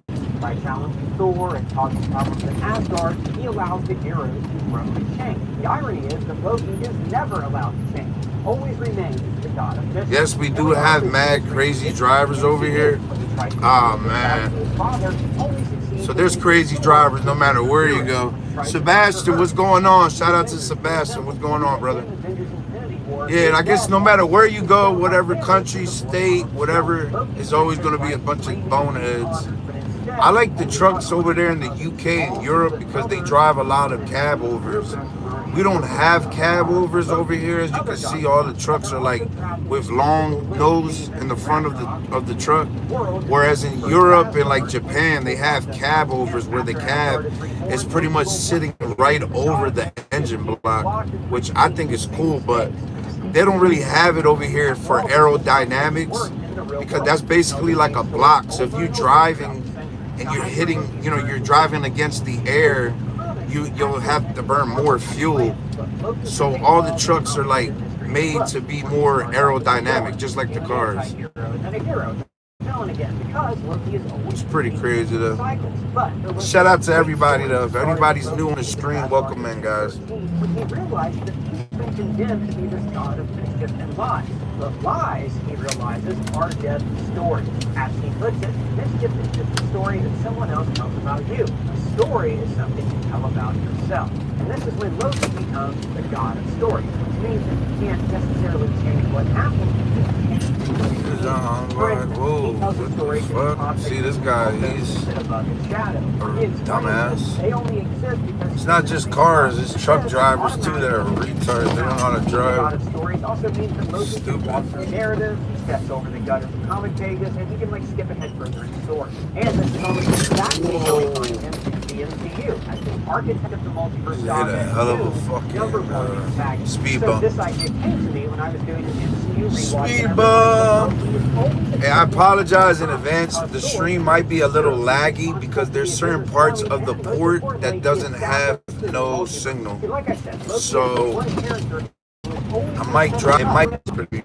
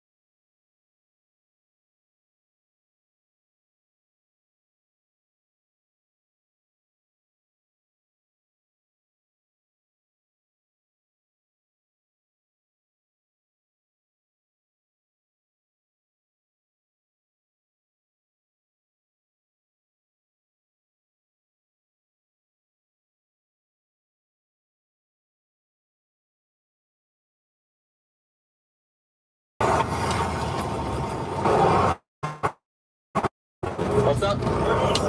It's in the back. It's been Red Miranda. How you doing, King? I'm the Austin, the County Sheriff's Office. My dog's trained to work for 4 owners of cocaine, methamphetamine, heroin, and...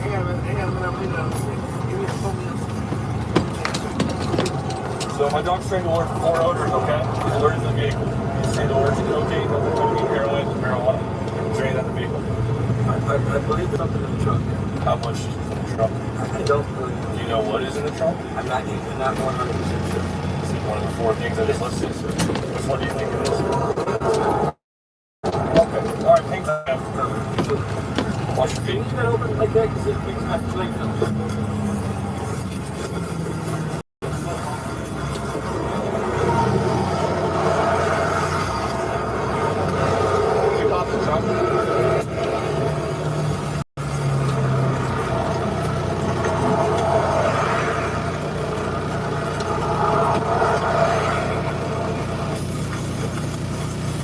Yeah, bro. Yeah, buddy. That's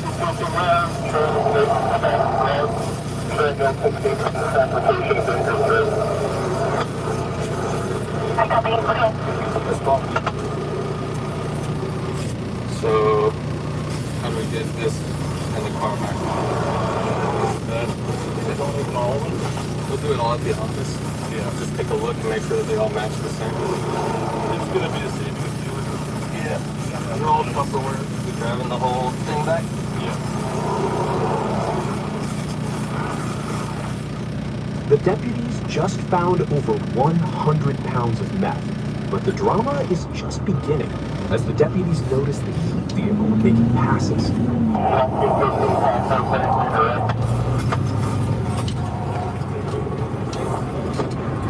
Who did? Hey, the heat vehicle just drove by. Heat vehicle just drove by. Does he have any dope in it? It's all his stuff? Was it the blue car? A blue Charger? Is there any drugs inside that vehicle? No? They were just watching you with this one? Drug traffickers often travel with what's called a heat vehicle. This vehicle serves as a lookout and keeps an eye on the drug lord. But they might also attempt to violently free the subject and their drug lord. Deputies are taking no chances and prepare for a potential confrontation.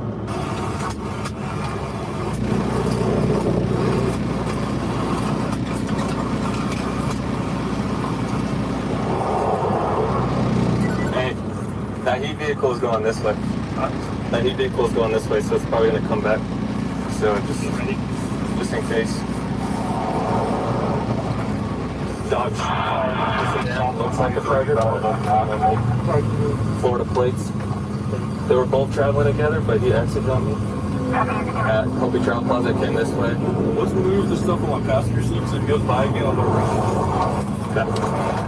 road. Fortunately, the heat vehicle made the smart decision to leave the area.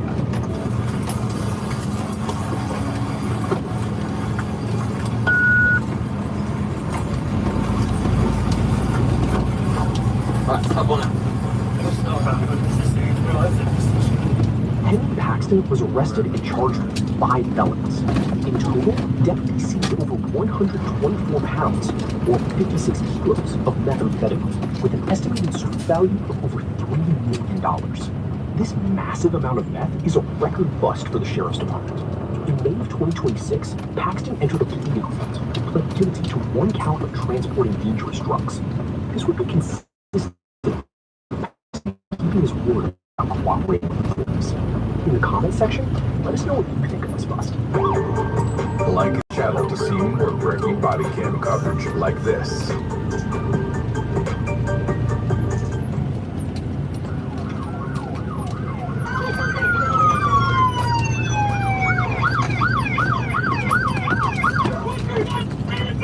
Crossfire. All right, everybody, welcome back. We've got another video for you. This one comes from Code Blue Cam, and it is the moment of instant regret. I haven't seen it. Let's go. Driving through backyards. I'd be ticked off if you drove through my lawn on the farm, tearing up my grass.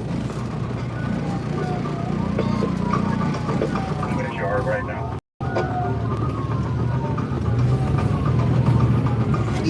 started when a resident reported suspicious behavior involving a woman she seemingly had a history with. But when a deputy arrived, he uncovered something far bigger than a simple disturbance that pointed straight to a wanted criminal.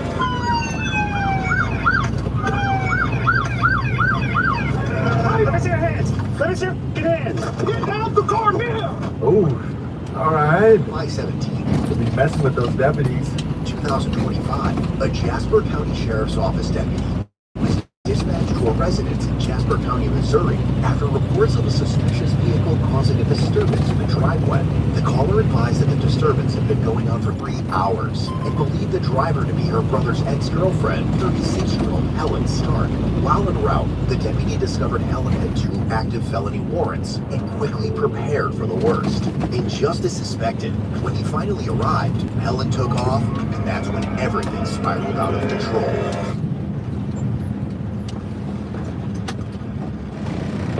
Still reach for out here.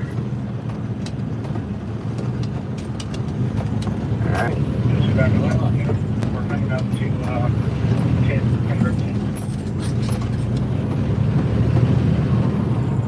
This, now you got felony flight. Or whatever they call it, fleeing or looting.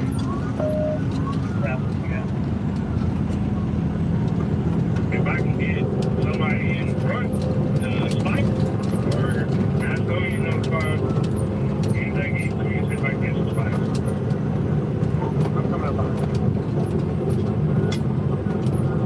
Alright, speed. We're at 60. See that speed. See this outside of that. Edward Mary 6, Frank 3 Mary. Edward Mary 6, Frank 3 Mary. I'm in the silver. It's like There you go. Thank you for moving off to the side, people.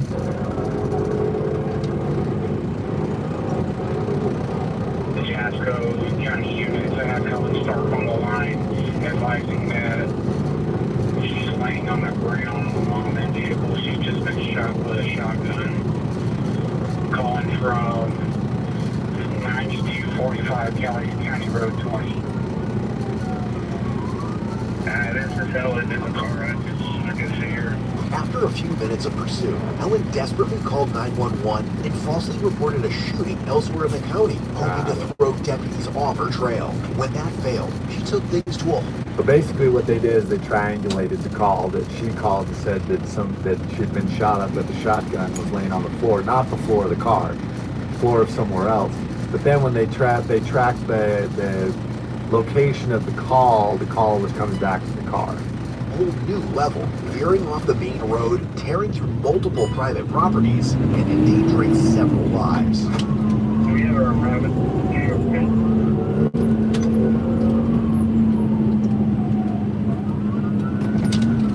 Stay right there.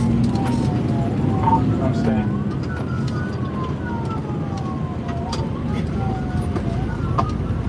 Coming back around.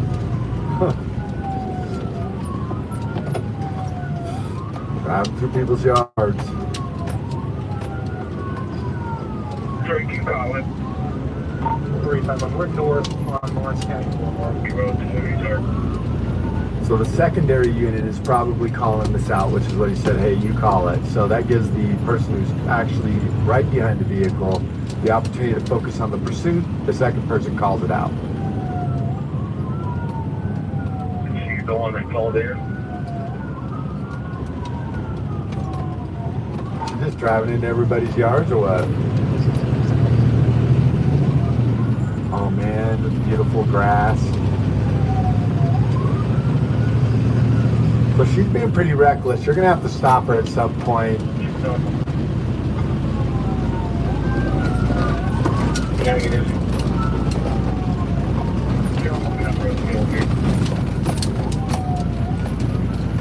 Oh, smart. Just wait there. They can see where she's at. She's gonna double back around. There she goes. There's a ditch there, so maybe she gets stuck in a ditch. What is she doing? She's still going or no?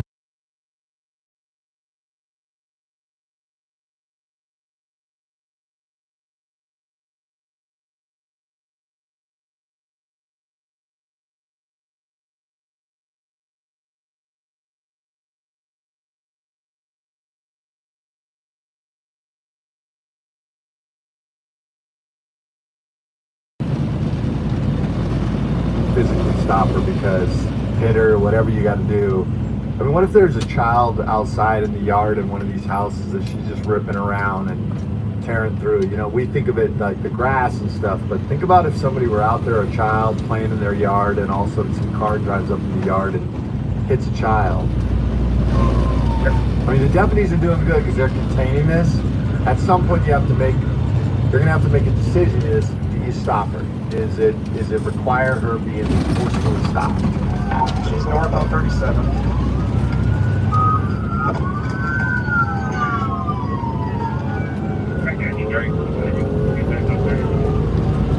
Yes, go ahead. Hey, you are here. Yeah, I'm trying to get over to you guys. Hey, she goes back into the property in the yard, in the box area. Just so you're northbound on 37 now, from Claire. Seeing how much danger she posed, deputies decided to set up spike strips ahead to stop her safely, but they had no idea just how far she was willing to go to avoid arrest.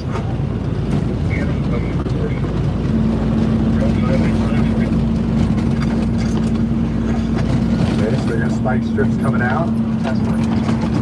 He's going into the driveway. There we go, box area. Box area. She's going to come back around this house.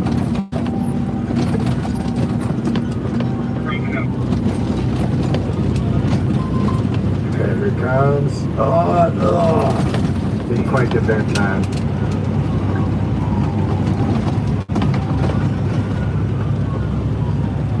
She's got that tiny little car. She's able to just weave in and out like a little mouse. We are eastbound on the bridge. Eastbound on the bridge. County Road 40.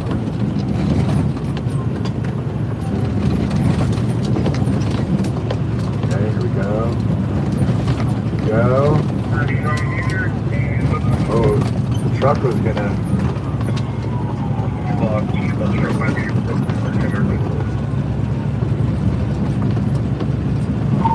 Hey, she's gonna be stuck. Got her. We got her. Oh, $72. no, they don't. She just ran through the gate. $72.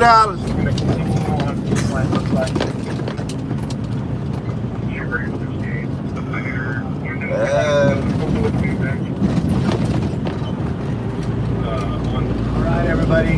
Summertime expenses in 2026 are stacking up faster than ever. Whether it's the pricey family vacations, the rising gas prices, or the looming tuition and cam fees, for many of us, it feels like the only option is to swipe the old credit card to pay for it, which leaves us feeling trapped in a cycle of high interest debt. Homeowners, American Financing, they have a way out. They specialize in building plans tailored specifically for your needs. What they do is they look at your current debt and they show you exactly how your home equity can work smarter for you and help you get out of those high interest credit card debts.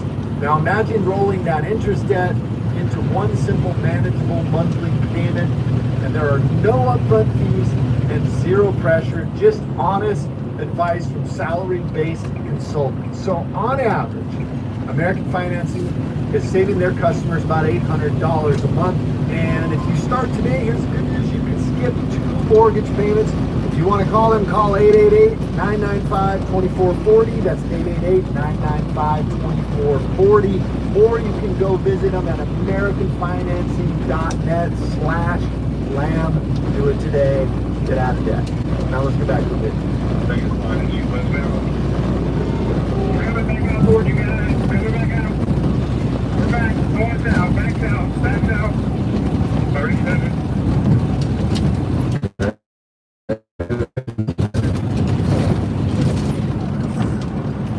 North. Sorry. North.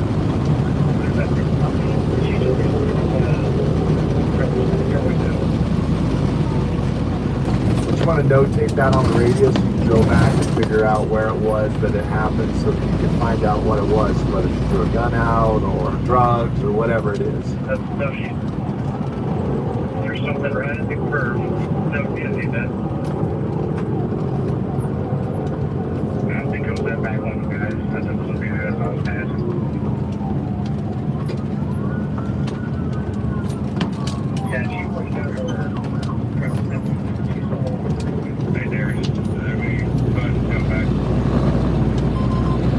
might be saying, why not pit her? Well, a lot of agencies don't have a pit policy, which means they're not allowed to.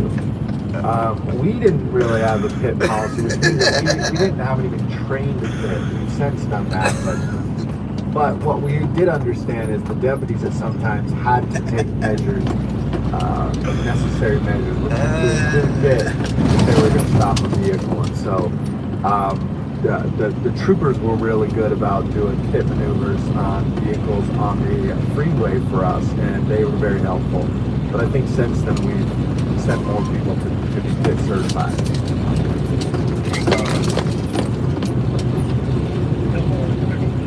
This person right here this deputy right here might be pit certified. Bro, this guy driving slow as fuck. There it goes. Try to get out.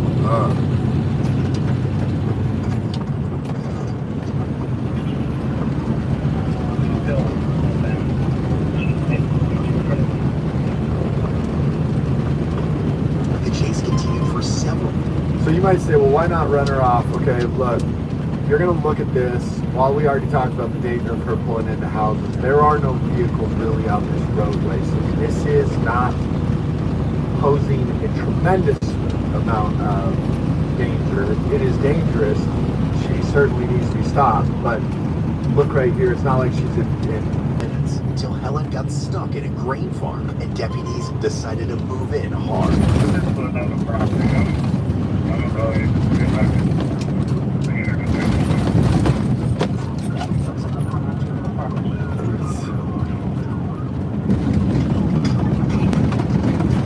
Here we go. You'd be freaked out if all of a sudden some car was driving in your backyard. Get her. Get her in.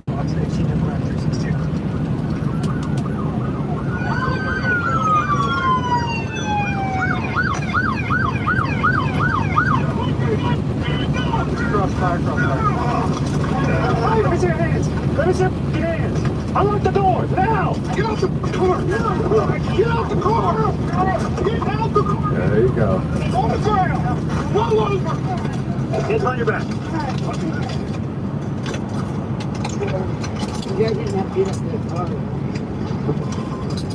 They didn't? Sure? What the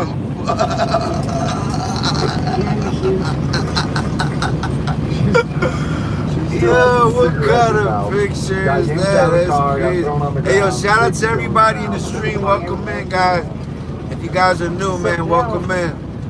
You guys can double tap the screen. It helps out tremendously. Hope everybody's having a tremendous day. We'll eat your mask for some cuts. She's not even. It's like another day in the park for her. Oh, she's definitely fine. Think to take her to the car? Yeah. You need medical attention?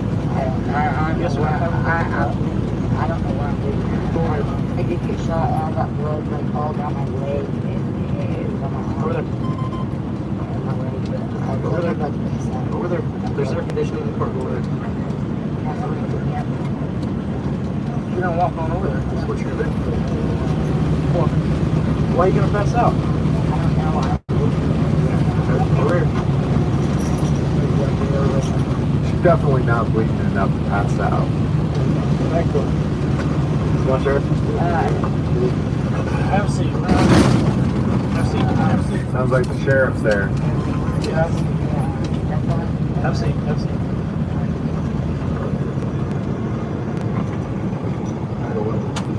That was how much you taking? I smoked a joint last night.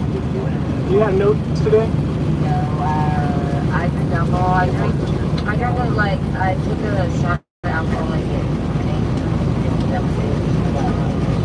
Helen, you weren't acting normal. You're either drunk. Well, you're going to jail. I know that. I know that.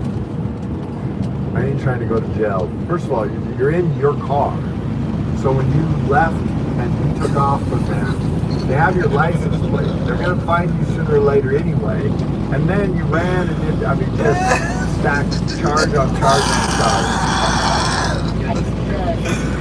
Yo, that picture funny as hell. Oh my god. I'm sorry. Oh man, yo, that's gotta be the funniest trucking picture I've seen all day. You got oh my god. That's the less lethal. It's probably hey, shout out to everybody in the stream, man. Welcome in, guys. Welcome in. It's almost like a what it looks like. Oh, man, that's crazy ass. Oh man, if I see somebody under my truck like that, run them over, clean. Oh my gosh, I got 99 cents. Thank you, baby. Thank you, baby. Shout out to my girl, man. 99 cents. Get something to drink with that. The fact that you get something to drink with that. We're in. Situation. Probably makes better life too. I would say the vast majority of people are not good drivers. They're gonna get what? They're gonna process. They're gonna take a letter. And one of the things that was yeah, well, that's for any basic driver. When you're a professional driver, a driver that drives for long hours, you can drive for hours. I don't know what just happened. My stream just lagged out, unfortunately. But yeah, Aaron, man, I feel like that's, you know, for the basic drivers, people that, you know, most people don't know. That's a fact. I think there's only a certain amount of people that develop the attention span and the muscle reflexes to be able to deal with the driving. Because driving does, after a while, you get tired and stuff. That's why you gotta have stuff to keep your mind stimulated when you're driving, like listening to podcasts, or radio, watching a video, stuff like that. Shout out to you, bro. Well, I thought she said she's not going to answer any questions. I mean, questions about whether, you know, medical attention. It's probably not going to be, because there's nothing. Hey, we're moving up, guys. We got 99 cents. Crime that she committed when you're asking her about her health in this situation. If you were asking her, you know, it's not bad at all. That stuff, she's already requested she doesn't want to speak to her. She didn't request an attorney, but she said she didn't want to say anything.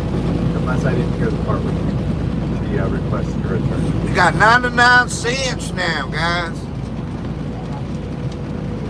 I don't know. Is it somewhere where it's not revealing where you can show me? Is it bruised or scratched? This goes with literally everything. Most people are below average. At best, most things. We're waiting on the transport. Well, what do you think? Go get her. You want her? Are you waiting on an ambulance to come here, or do you just want to take her in to the hospital? Or do you just want to yeah, that's a real good way of breaking it down, bro. I mean, everybody's different, you know. Not everybody's the same. I think that's what makes us all human. I would take her to the hospital. It's the point that not everybody does the same stuff. Some people are good at certain things and other people aren't. Some people are good at driving and others aren't. And, you know, that's just the way of the cycle. The doctors are usually pretty good. The nurses are pretty good about seeing people that we bring in pretty quickly so that we can get them out of there and back off to jail. Stuck behind this bus. This bus ain't going fast enough. My left side, or my right side right here. Does it hurt when you breathe? Does it hurt when you're just sitting there? Yeah. Can I get some new, like, pressure right here? Well, show it. You think you're not bleeding there, so. I don't know. I hurt really bad on my right side. Just take me to the jail and give me something. As a result of the 25-mile pursuit, Ellen was charged with felony, aggravated fleeing, first-degree property damage, driving while intoxicated, persistent misdemeanor. The driving while intoxicated persistent, it's got to mean that she's done it before. Every state has a little bit different laws, how they write them out. Persistent, yes, she's done it before. So, I think that is. She was transported to the Jasper County Detention Center in Carthage, where she was held on a $25,000 got her with obstruction, they could have got her with resisting arrest. All of those things would have been, I would have probably stacked on too. Also phase 2 existing felony hearing warrants. One for tampering with a motor vehicle. So $25,000 cash over bond payment. There's bonds that, if you get a bond, if it's $25,000 bond, then there's a bondsman. You know, you've heard about bondsmen. So what you do is you go put up 10% cash, put up the property. You have to put up 10% of the value of the $25,000 usually, and then you get the bond, and then they will release you from court. The $25,000 cash bond is you have to put up $25,000 cash, or you have to put up something that is of value for $25,000. In October 2025, Ellen appeared in Jasper County Court where she pleaded guilty to aggravated fleeing and property damage. Ultimately, she was sentenced to 7 years for fleeing law enforcement and 4 years for property. Now that is how you do it. 7 years for fleeing law enforcement and 4 years for property damage. I'm guessing they ran those concurrent, not consecutive, so she probably is going to do 5 to 7 years before they give her, but allow her maybe an early release based on behavior. But, I mean, she's not going to be in there for at least that amount, and maybe even up to the full 7 years. So, I love to see it. I was pretty confident in Missouri. Missouri doesn't mess around, and they believe in the law. Then clearly, it's indicative by this. They were able to plead out. She got 7 years in prison for that. So, let me know what you think. Comment, like, subscribe. I thought these deputies did an awesome job. They contained it. Nobody got hurt. And when they had the opportunity, they finally closed in and stopped her. And they got her quickly into custody, busted out those windows, tased her.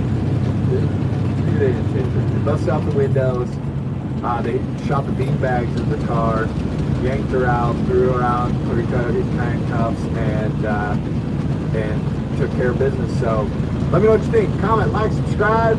We'll catch you on the next video.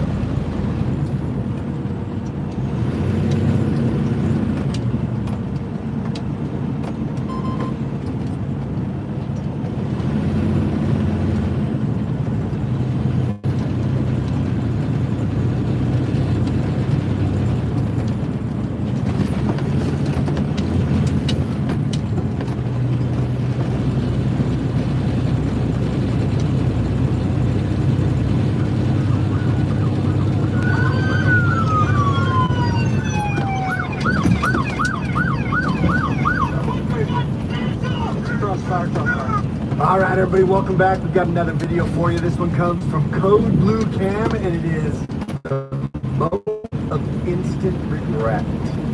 I haven't seen it. Let's go.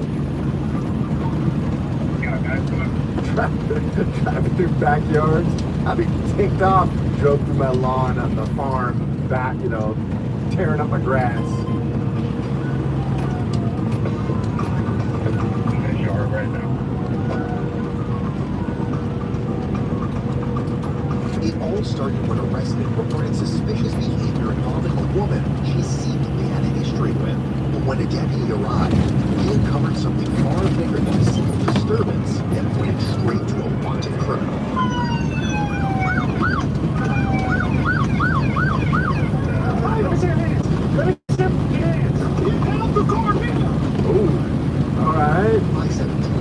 Messing with those deputies. 2025, a Jasper County Sheriff's Office deputy was dispatched to a residence in Jasper County, Missouri, after reports of a suspicious vehicle causing a disturbance in the driveway. The caller advised that the disturbance had been going on for 3 hours and believed the driver to be her brother's ex-girlfriend, 36-year-old Ellen Stark.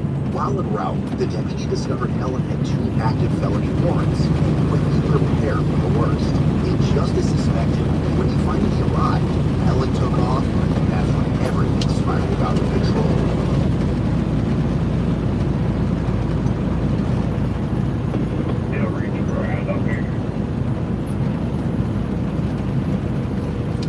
Alright.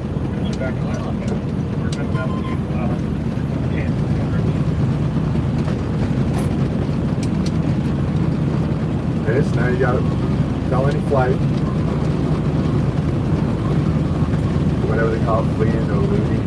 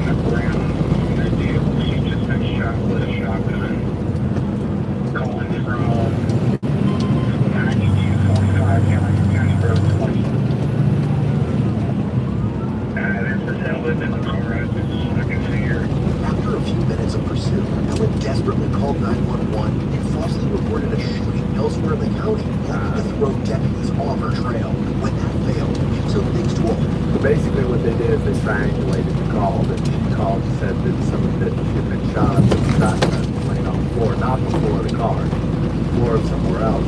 But then when they tracked the location of the call was coming back to the car. new level, veering off the main road, tearing through multiple private properties, and endangering several lives.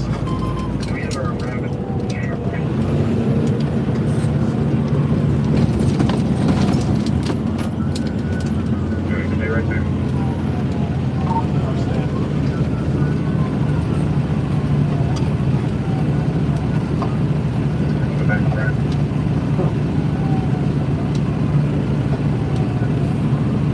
People's yards.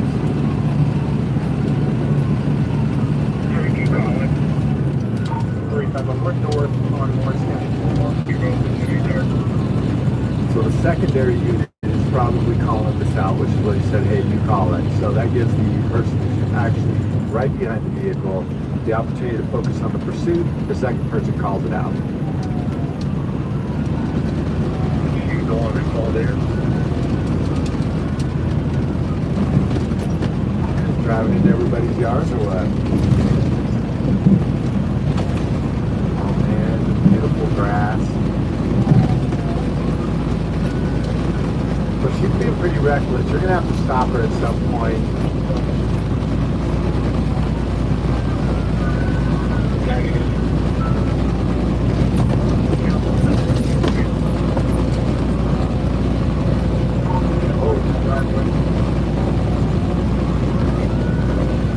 Smart. Just wait there. They can see where she's at. She's gonna double back around. There. She goes. There's a ditch there, so maybe she gets stuck in a ditch. What is she doing? Oh, it's not. I don't know if it's a ditch or not. Tearing these people's yard up. She's trying to figure out what to do. She's just circling this house. Where you at? Look, I would stop her. I mean, I think you physically stop her because hit her, whatever you got to do. I mean, what if there's a child outside in the yard of one of these houses that she's just ripping around and tearing through? You know, we think of it like the grass and stuff, but think about if somebody were out there, a child playing in their yard, and all of a sudden some car drives up in the yard and hits a child. I mean, the deputies are doing good because they're containing this. At some point, you have to make. They're gonna have to make a decision. Hey Sebastian, nah man, I'm listening to a YouTube video as I'm driving, bro. How's your day going, man? I appreciate you liking and subbing to the channel, though.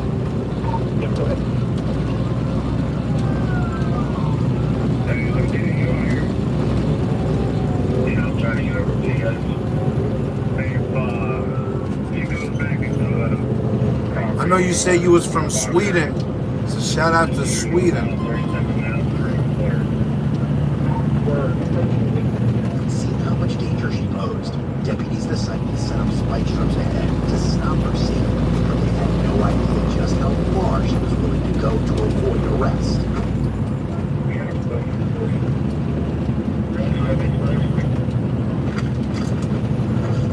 Okay, so we got spike strips coming out.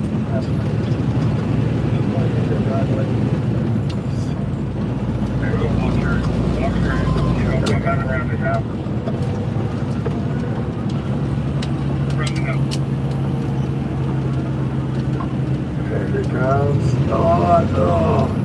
Didn't quite get there in time.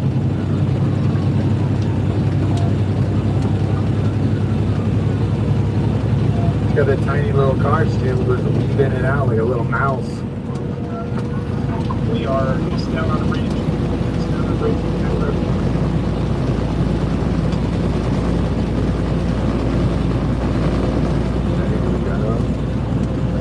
Go. Oh, truck was gonna.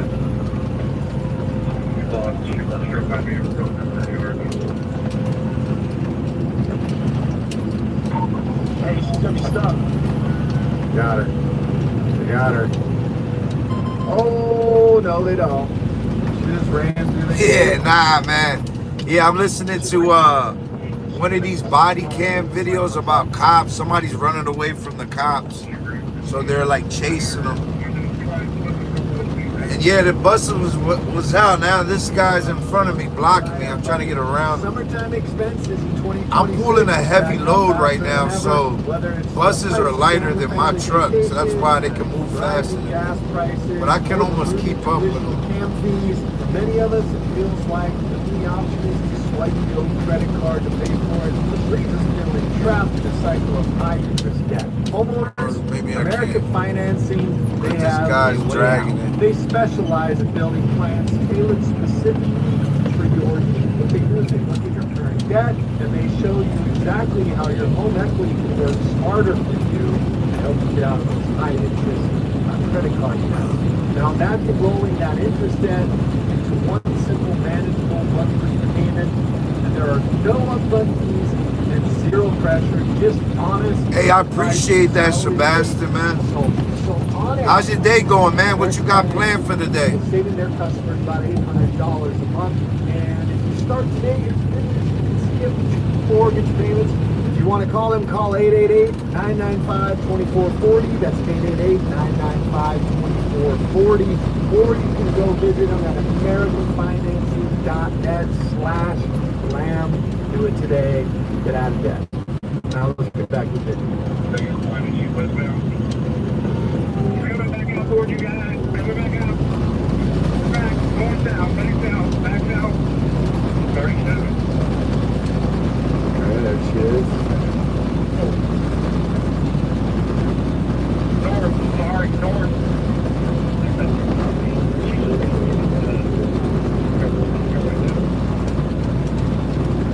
But you want to notate that on the radio so you can go back and figure out where it was that it happened, so that you can find out what it was, whether it's through a gun out or drugs. Vacation.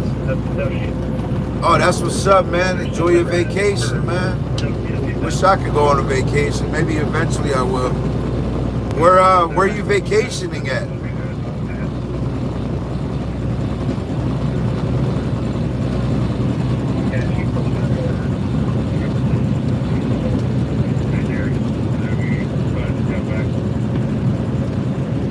You might be saying, why not PITter? Well, a lot of agencies don't have a PIT policy, which means they're not allowed to.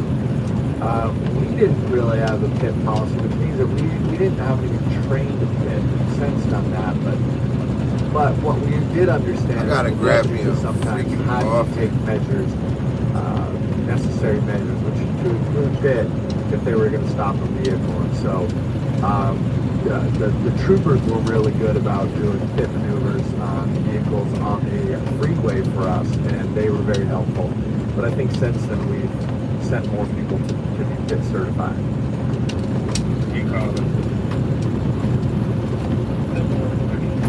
This person right here might be, this deputy right here might be PIT certified. There he goes. There you go.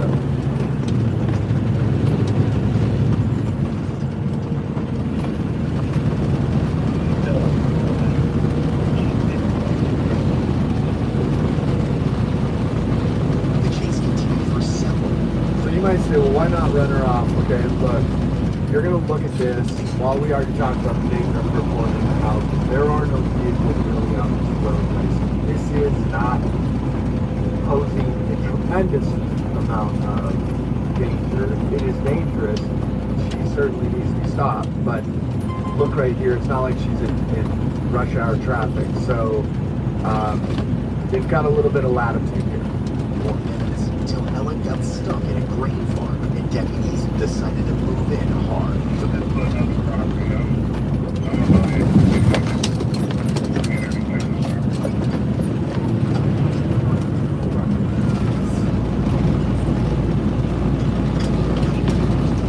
Here we go. Be freaked out if all of a sudden some car was driving. Thanks for streaming. Really enjoy the stream. Hey, man, I appreciate that, man. You know, I'm just showing people what I do, you know, on a daily basis. You know, I'm a local truck driver and, you know, just vibing, chilling on the chat. People want to drop some type of, you know, topics of discussion. I'm with it, you know. as long as within the guidelines and yeah, spreading positive vibes out on the timeline to everybody out there. That's all it is, bro. But I appreciate you finding me in the algorithm, man, and showing love to my live stream, brother.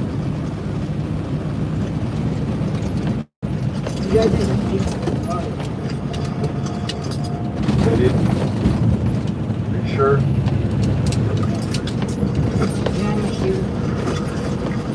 She still has the cigarette in her mouth. Got yanked out of the car, got thrown on the ground, cig still in the mouth. Sat down, and then she like arms up on the roof. I was like, I'm ready. Yeah, she smashed me.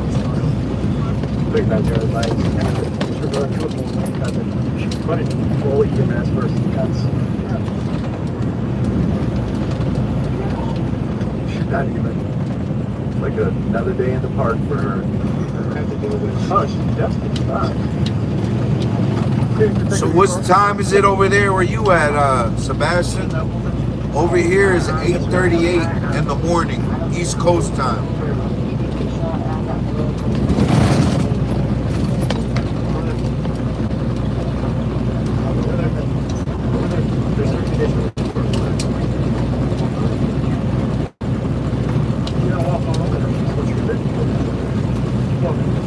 Why you gonna pass out?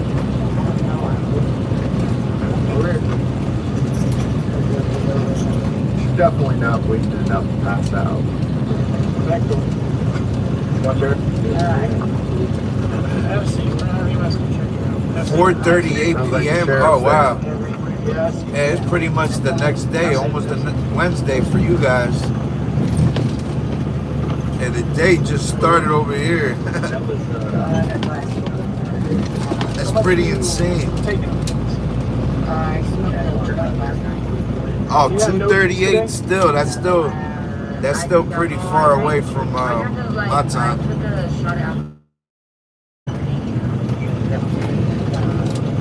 Telling you weren't acting normal. You're either on or drunk.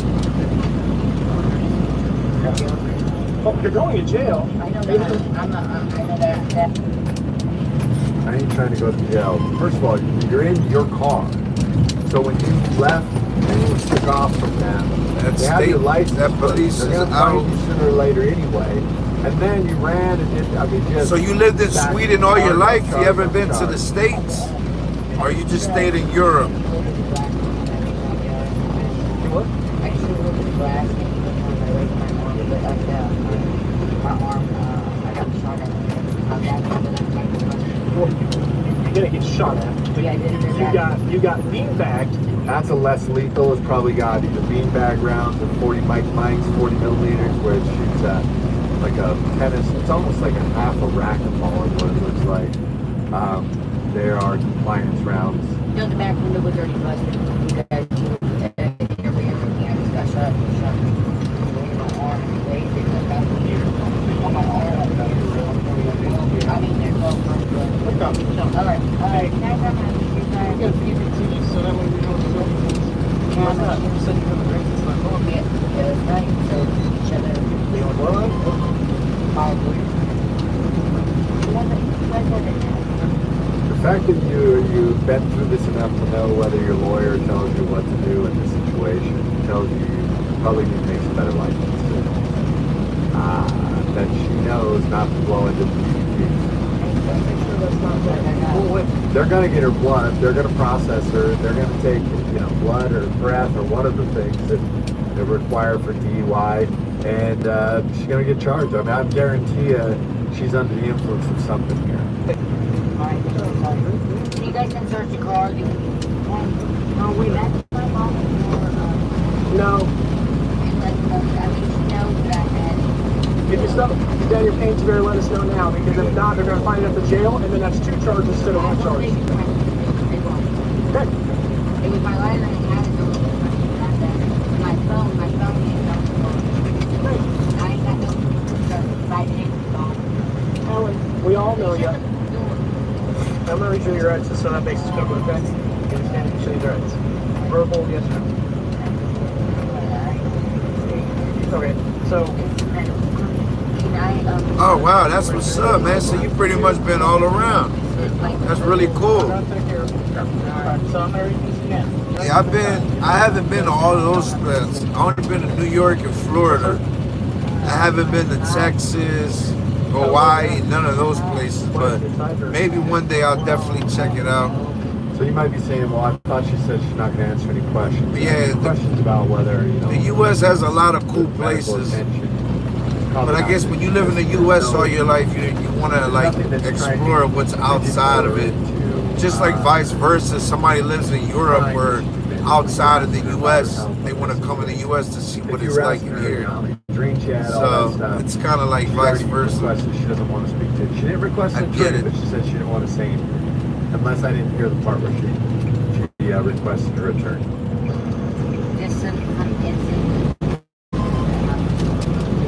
I don't know. Is it somewhere where it's not revealing? I live in I live in New Jersey, right next to New York, on the East Coast. Without revealing Right in the East Coast, right next to New York.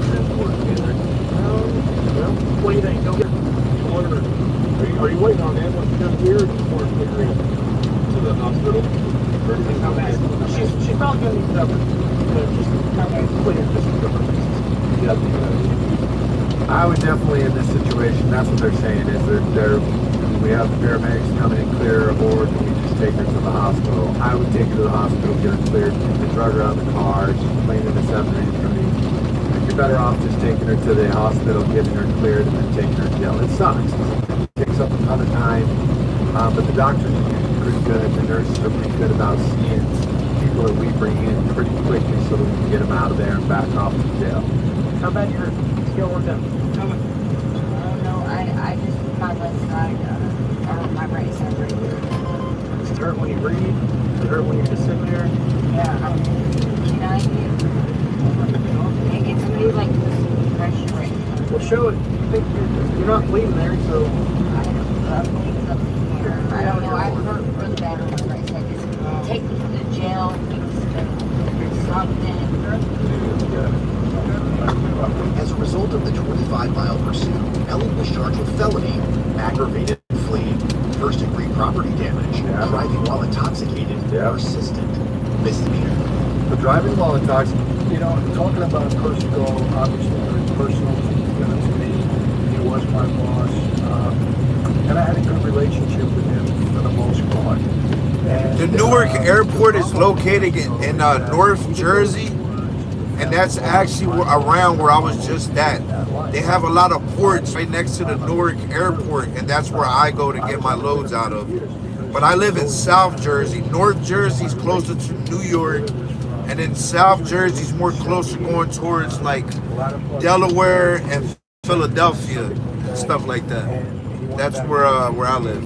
So it was actually 2 years, almost 3 years. But pretty much almost the same thing. But like I said, I live in South Jersey. Newark Airport is in North Jersey. Had he been able to stay out and be on the street. I haven't been on a plane in so long. I don't even trust being on a plane. It's not that I have a fear of heights. I just don't trust the plane, especially with all the stuff that's been going on. I'm like, nah, I'm good. But in his case, it was even more intensified. Just to go back a little bit, I'm not going to go through his history. Look, you can go on Wikipedia and read some stuff about these guys. I'm not going to get into all of that. But he was a powerful guy. You know, his nicknames were the Snake. He didn't like it. I never addressed him that way. And Junior, and I called him Junior all the time. They call him Percival, Carmine, they called him Junior. And that's what he was known as for all the guys. And, you know, he started having trouble early on in his life, but it was really in 1960 that he was indicted for, I think, a big hijacking. He went to trial 5 times over the course of 8 years until they finally convicted him in 1968. Hey, just know the guy that's writing those comments, your comments won't show on the live stream, bro. So you can keep trying to troll, but it won't show. I know. I had 300 juries. Go on somebody else's live stream, write that fucking faggot shit, bro. They just kept the pressure on. I guess they figured at some point in time they would get a Hey, Sebastian, man, we got some trolls on the live stream. It's all good, though. I think 12 years in prison. He went in and I believe People are weird. I haven't had a troll on my live in a long time. about 8 years on the 12, which was pretty much the But that max. shit don't phase Then me. he got out, and like I said, he was out for that 3-year period. And, you know, then he's indicted again in 1981, some kind of robbery charge, and he goes back in. How did you like it in New York, Sebastian? Quite often, Let's see if I can find a parking spot in here. 1985, with my indictments, and we were in MDC in Manhattan together for several months, and then you know, we went on our way. You know, he stayed in New York, he was on other trials, and I went out after I got designated to prison after I took my plea.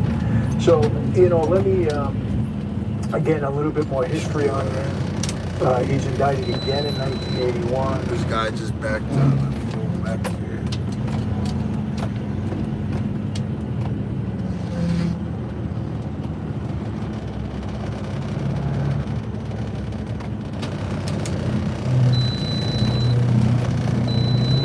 Andrew Russo, Mike Capello, one time I covered a regime.